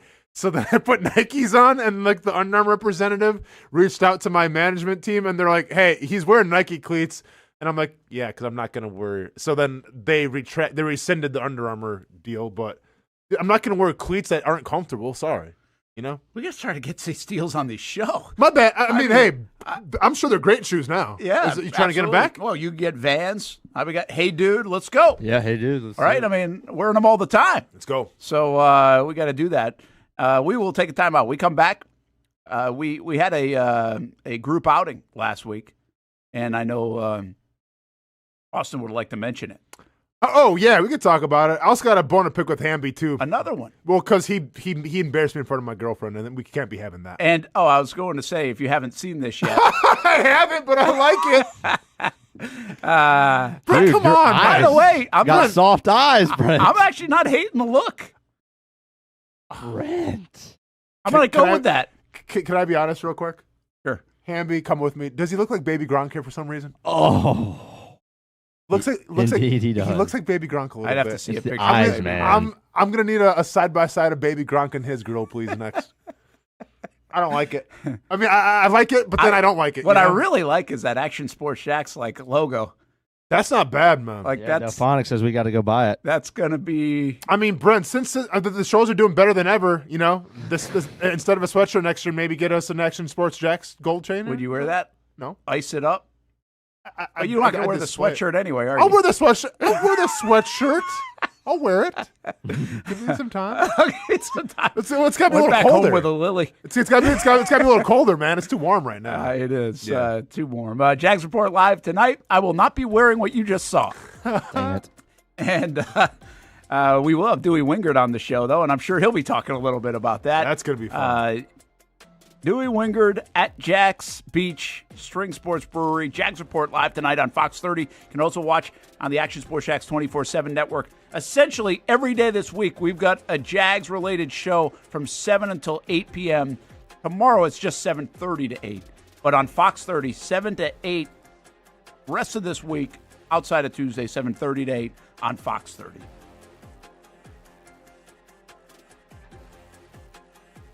If you don't see a pit, it ain't legit. When you hear that, you think Bono's Pit Barbecue, a staple in Northeast Florida now for 75 years. A place that feels like home with friendly service, a meeting place for friends, family, or business occasions. On the menu, the corn nuggets are a favorite in our house, but there's something for everyone. Sandwiches, platters, salads, sides, desserts, and family feasts. You see Bono's all over the place in Northeast Florida. You know, there are almost 20 locations in the Jacksonville area now, so stop on by, sit down, and dine in with Bono's. You can also take it to go. There are drive-thrus in many of the locations, and they have delivery options too. Just download the Bono's app to make things easy. I signed up for the loyalty program, and you can too, to get special offers. If Jacksonville is home, few things feel more Jacksonville than Bono's Pit Barbecue. Celebrate 75 years and many more to come. Bono's Pit Barbecue. If you don't see a pit, it ain't legit. People helping people. It's at the core of what Alive Credit Union is all about, and it's been that way for over 70 years. From the start in 1954 to today, the mission remains to inspire financial wellness and give you a financially fit lifestyle. Alive Credit Union and its employees are committed to not only serving their valued members, but also our community here in Northeast Florida. I had a chance to see that commitment firsthand as Alive partnered with our Action Sports Jax 24/7 team to bring you Armada men's and women's soccer broadcasts. Inside the 18, it is a shot, and it's a goal!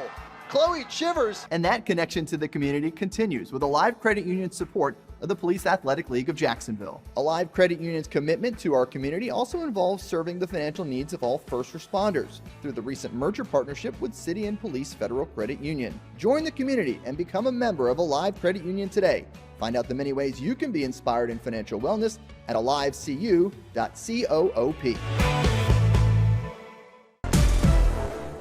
CGC Water Treatment and Plumbing is taking their 75-plus years of expertise and expanding to CGC Home Services. Water treatment and plumbing is still a big part of what they do, and now they can do even more for you. Home services like kitchen and bathroom remodeling, showers, sinks, faucets, toilet repair, backflow testing, and the list keeps going. Find all they can do at cgchomeservices.com or give them a call, 904-298-7052. It's a new look and a new name with the same expertise. They've been serving homes like yours since 1946. CGC Home Services, right here in Jacksonville off St. John's Bluff Road, 904-298-7052. And visit cgchomeservices.com. Florida license number CFC 1432579. In this video, I'm going to show you how to easily access Action News Jax Now using your Roku device. First, launch Roku. Next, use the menu list to scroll down to the search feature.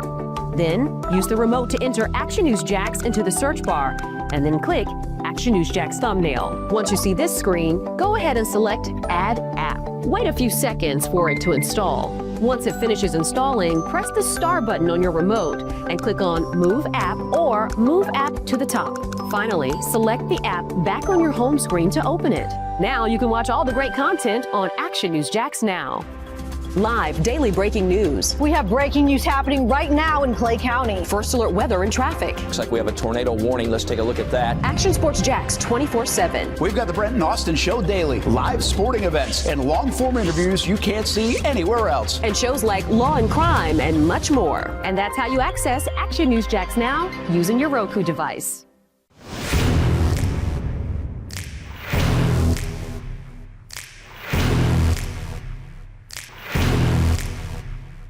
Grab some friends and go to a restaurant or head out for a drink and some conversation. Watch your favorite team play on the big screen. Or how about play some games? You can do all of that in one night at Best Bet. Each location has a different vibe, its own personality, like here at the original Best Bet in Orange Park. When you walk through these doors, everybody knows your name. And here in St. Augustine, it's the newest location. Play some poker. How about the table games? And don't forget about Ace's Sports Bar and Grill. And then there's the Jacksonville location right here on Monument Road. It's the biggest poker room in the state of Florida. Maybe you'll find yourself a seat right here at the final table. Best Bet, where you can have the best of times. And that makes you always go home a winner. Try any of the 3 locations, and you can always visit bestbetjacks.com. Welcome back to the Brent and Austen Show, streaming on the Action Sports Jacks 24/7 network. I think we, did we show this already? Maybe we didn't. Maybe I just tweeted it out. We had a lot of fun at the Game Show Battle Room. This is, and by the way, this we are not partners with the Game Show Battle Room, but I'll give them a little love anyway because it was fun over at the Town Center. Great time. You know, we couldn't get like the whole building involved. It's everybody part of this Action Sports Jacks thing that we do. But we got a lot of the folks that are in the weeds on it day in, day out, and families as well. So we had a lot of fun. And we basically split up into 2. And I really just want to give a shout out because it was my whole family was on the other team, was on your team. They're my team. Yeah. But I figured out after that was actually my wife's fault. Oh, yeah, I heard that. She was supposed to be on. But I'm glad that Sarah was on our team because one of the things that I learned, and Lily was on our team, because they came up big for us. They did. So I heard. Like no, I don't know if Lily's making it up or not. No, she did. Like, okay. I was impressed. One of the cool things about this whole deal was obviously to see everybody, but also see how people's brains work in these different game shows. And I forget the one Sarah came up with right away, but she got something. I was like, holy cow. Free gifts. And it had last minute shopping for gifts or something. It basically had like 3 letters. Yep. In a Wheel of Fortune type game, and she got it without anything else. Yeah. I was like, oh, we're going to kick their ass today. Because it was early on. Did happen, though. Real quick, because once again, you want to talk about like seeing how people operate. Hammy, please put the picture back up real quick, because a lot of MVPs to go around on the winning team. I think our team was called Dan's Old, by the way. Nice little touch there. Yes. Listen, Steph, Hall of Fame, Steph brought her game. I think Ty and Kaylee might have. They did a little bit. Contribute? They contributed not as Ty, well. I don't think. I was told at least not. Ty was putting out the vibe. It's all good. Yeah, he vibed. Girl next to you in the green sweatshirt didn't even get her name. She was kind of off in the back. That's Miss Grace. That's Miss Grace. In terms of Wheel of Fortune, she's smart now. Dude, I heard she was the silent assassin. She was, because here's the thing, I'm in the front. I didn't even know that she was really participating. Exactly. So she was sitting in the back, is off by the chair, but by the wall, and she got like 3 of them without even having a word. Like, she just guessed it by the clue of it, because we're playing, Wheel of Fortune. Yeah. And she got 3 of them just by like looking at it and seeing like the clue. And then she would whisper to us, and then I shouted it because I like, hey. Yeah, I thought you were coming up with all these things. Didn't come up with Jack. I thought it was Stewart, because Stewart was. You don't want Stewart on the other team when you're playing these type of games. No, for sure. And Stewart brought it as well, but no, the girl, right, dude, she was the unsung hero and didn't want any of like the No, she was just sitting in the spotlight. back. Yeah, I was wondering if she was even playing. I haven't told him like you really need to go on like the Real Wheel of Fortune, like. Talk to somebody. I was actually humbled because I think I'm pretty damn good at Wheel of Fortune. Yeah. But in the moment, and I always have wondered about this, like if I played Wheel of Fortune, in the moment, would you freeze? Yeah. And I do think I might, I don't know about freeze, but I wouldn't be as good as I think I am. It's way easier at your couch. Mm-hmm. And now you're only playing against 2 other people, not like we had 20-some people all trying to come up with this stuff. Yeah. But I think it was tricky. It was crazy, but it was fun. Oh, dude! But it was fun, but it was intense, Brent. Like the whole competitive juices came out. Well, it's like I told your wife. Like we could just got some brunch, some all you can eat, Brazilian steakhouse. Brent chose to start the new year off right with just like in terms of competition and maybe losing some friendships over it. I almost can't. By the way, Stuart's baby is very lovely, but when the baby she did a great job, by the way, Piper. She was awesome. When Piper put her little mitt on the Plinko chip and rolled it down, I go, get her out of here. She didn't sign the waiver. That doesn't count. Because I was waiting for that to be 1,000 points. I was getting ready to shut the whole thing down, Brent. I can't believe you had to sign a waiver to do that. Yeah. I just can't believe that was the last thing. I needed something with talent or skill. Yeah. But it actually, hey, I just put something in the Google Drive if you want to take the video of the last thing. So it actually comes down to the Plinko kind of game. Yep. Right? And it was you. And it was me and Reagan, Dan's wife, Reagan. Reagan killed it. So Reagan goes first. And I think at this time, if you get 1,000 points, you get can roll a point. Again. Yes. And you can roll again, but you get a point. Yep. Well, we were down 2 points. Correct. We were down up before Hamby, Reagan went. You guys were never up. What are you on? Yes, we were. No, it was 15-13, Hamby, man. with like the point, like the 1 point, not the score. I meant the Plinko points. We were up. Oh no, yeah. But overall, we're up. So it's 15-13. Yeah. So basically, if you hit the 1,000, you get a point, and if you win, which we would have won the game, that'd be another point. We would have tied. Stakes could have not been higher. So I needed to hit 1,000, and I needed to, and so that would have given us the win. So it would have been 2 points tie. And I don't know what they would have done if it was tied. So, knows, but Reagan goes first. Gets the extra point. She gets right the down 1,000. the middle. Crowd went crazy. Not all the crowd. Yeah. And then the brights got a little too light for Brent. Come on, man. I actually had a good drop. Lights got a little too bright for Brent. I had a good look at man. Season on the line. This is like the perfect shot. Season on the line. Tyler looped from 40 yards out. And you know, this is like the shot that you hit from the right wing, and you're like, oh, that's going in. Yeah, and it freaking back rims. Yeah. All right. So look, here's Reagan. Where'd she go? I don't know. Are you fast forwarding this or something? There she is. Yep. Oh, okay. Hold on. So this is the first shot here. We got to get number 1 shot. Brent's already looking nervous. Yeah, I was a little nervous. Dude, it is a little intimidating I was up there. actually wondering if they were going to let us take any pictures and stuff in here. Yeah. So anyway, look at this. Look, it's going all the way to the left. Nonchalant and everything. Look at that. That's just freaking horse crap. That's called Destiny. Marcel Robinson going nuts. I think I had a fist pump in there. Yeah. Unbelievable. So then she could go again, and she didn't get the next one. Yeah. Right? Yeah. But she was fired up as she should be. So now again, it's 16-13. I've got to hit the 1,000. Yep. And then hit another one. Yeah. Right. For us to eye them now. Yeah.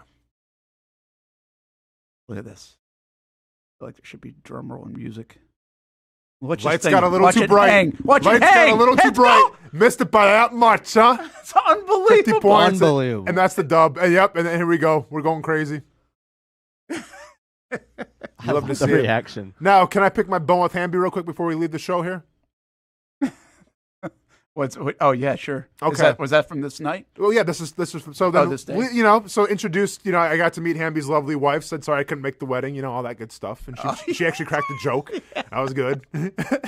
But parking. So we got there like a minute late. Right, because parking was hard to find. It was town center was ridiculous. Driving was a little ridiculous. Yeah. So find a parking spot, and this bleep was parked over the line. But I'm like, we'll make it work because it's the only spot available. So we fit in.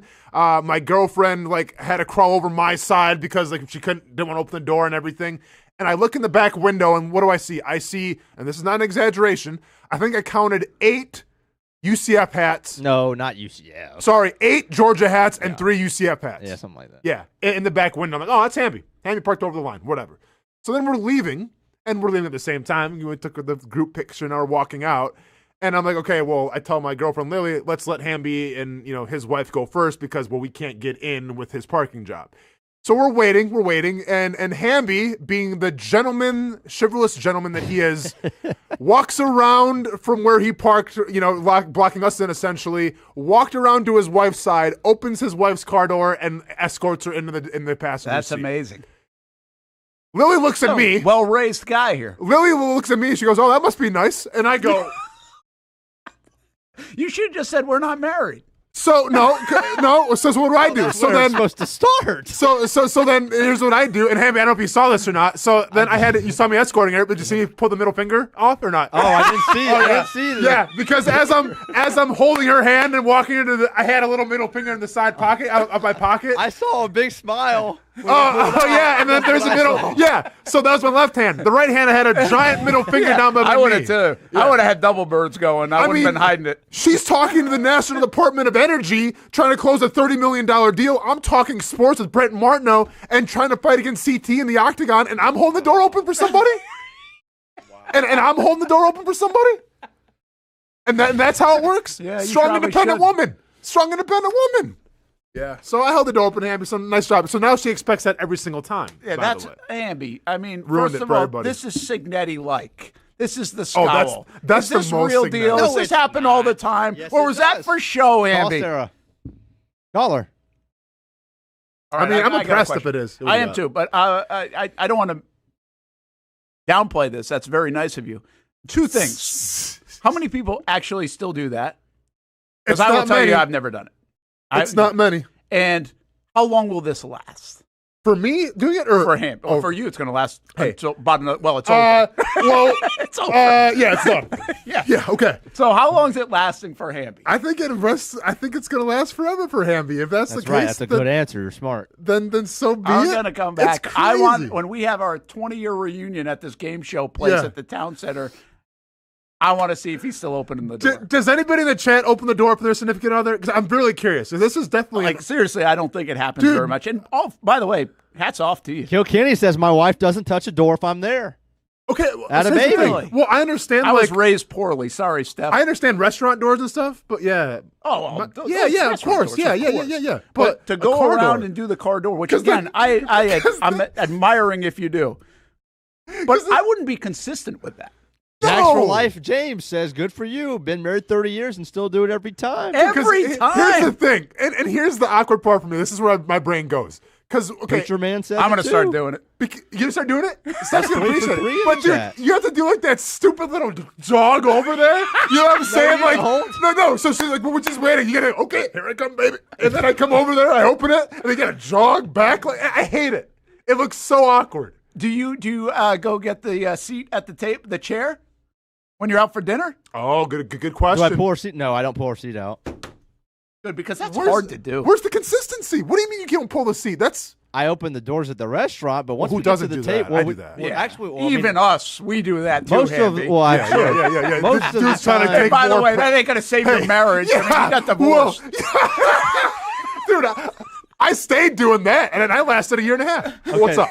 Listen, What's going on? gosh. What? It's facts. It's fine. Well, most of the time now we sit at like it's booths. So you're it's not not gonna as poke much the of booth. a And thing. by the way, do you sit at the same side of the booth? Yeah, No. we do.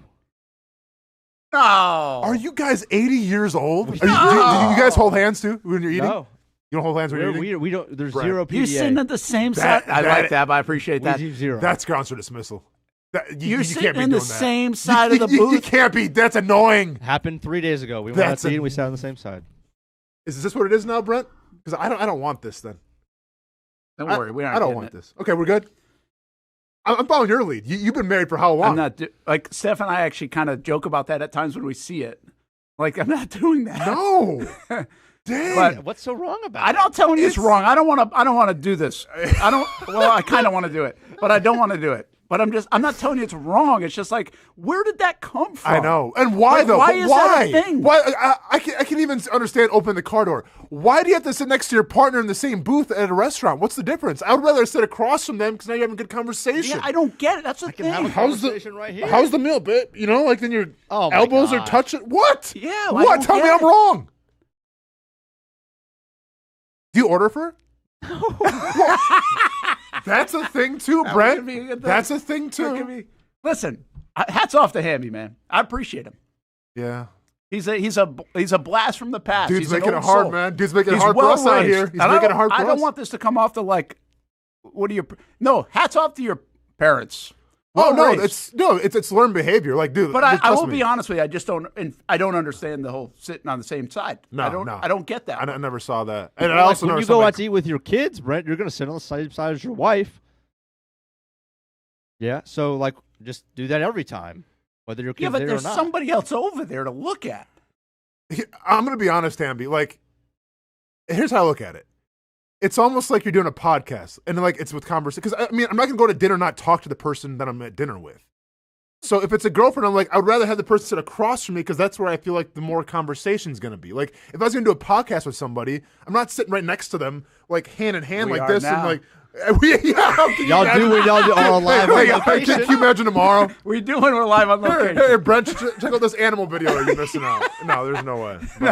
But Kilkenny, yes. I'm actually surprised the eye contact thing isn't more value. I guess the eye contact I think would be more of a thing. I look at it like that, but that goes way back. Yeah, and I see old people like all the time holding hands, eating. Like I was at Metro Diner. Yeah, like I don't understand where that comes from. I get the chivalry part of the I don't know why that falls in line with. I don't think that would be in the same category. Yeah, because you're not helping each other out. Like, it's not like you're doing something nice. You're just sitting next to each other. Did you grow up like that? Did your mom and dad? Yeah, that's learned behavior, I know, right? But we were like me and my brother were on the other side. Well, that's so I wouldn't true have known. So you wouldn't have known that. But did your mom and dad teach eat you the to same? do that? Where did you get the idea to go sit next to each other? I don't know. Because again, that's not. I don't Dad, really feel like it's common. Dad opened the door for mom. Growing up? Yeah. See, that's good. I didn't. My grandfather said, "No, we're all good." I served Korea. You can open your own door. Like that's what it was. Car dude. door? I don't know if my dad. That's what. No. Regular like restaurant doors, sure, but car doors. I don't actually know. You're gonna open There's your plenty own of door. time to make fun of Hamby about Georgia and everything else. I'm not doing it here, but I'm curious. This is that's a curiosity about the sitting at the table one. Yeah. No, like I don't know what that falls under. I don't think it's the same as opening the door. It's not. But once again, I do see the older crowds doing it. But yeah, and by the way, it's not just older. I've seen plenty of people that are just okay. I don't take it as just an older thing. You're gonna take offense to this, but here's what I see. I've seen the olds do it, like the olds do it. Oh, and the teens. And I've seen like the teens maybe taking come back. but no, like it's not a good thing because this is the annoying teens. Like they started dating and they're making out in the booth and everything, and like they got to be by each other. I've seen that many times as well. All right, I'm gonna tell her no more. I'm just saying, Hamby. This is the vein that you're starting to travel down. Don't change. Don't change. Hamby. To travel down. Don't no, change. man, it's good stuff. Do appreciate the no public affection thing. Yeah, man, I'm with you. I mean, teens, you can stop that too. We're at the damn room. We got to go. We're way late. We'll be back at it tomorrow at 10 a.m. until 1. We'll probably talk a little more Jags, but this might be a little more fun. Come out tonight. That's right. I think I'm going to pop out. Tonight. Oh, are you coming out? Think so. Hi, baby. Good to see you there. We'll save seats on the same time as table. Got him. Dumb.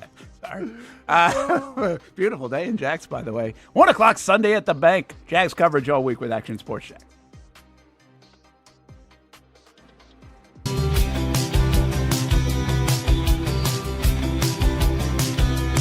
Welcome inside the Armor Guard exterior and gutter helmet showroom. There's a lot going on, like glass exteriors, replacement windows, and down there we have the retractable screens and awnings, plus hurricane protection.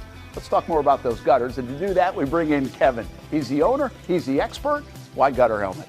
Well, Gutter Helmet is truly the only maintenance-free product. It lets the trash and debris go on the ground, the water wraps around and goes inside. Unlike filters, they sit on top of the gutters, and the trash and debris build up on top of filters, which requires maintenance. With Gutter Helmet, we're going to keep you off the ladder, the most dangerous thing in your garage. With Gutter Helmet, you'll never clean your gutters again. So get off the ladder and put on the helmet. Gutter Helmet. Get a free estimate at gutterhelmetofnorthflorida.com. You can also call 904-762-7779 or visit the showroom on St. John's Bluff Road in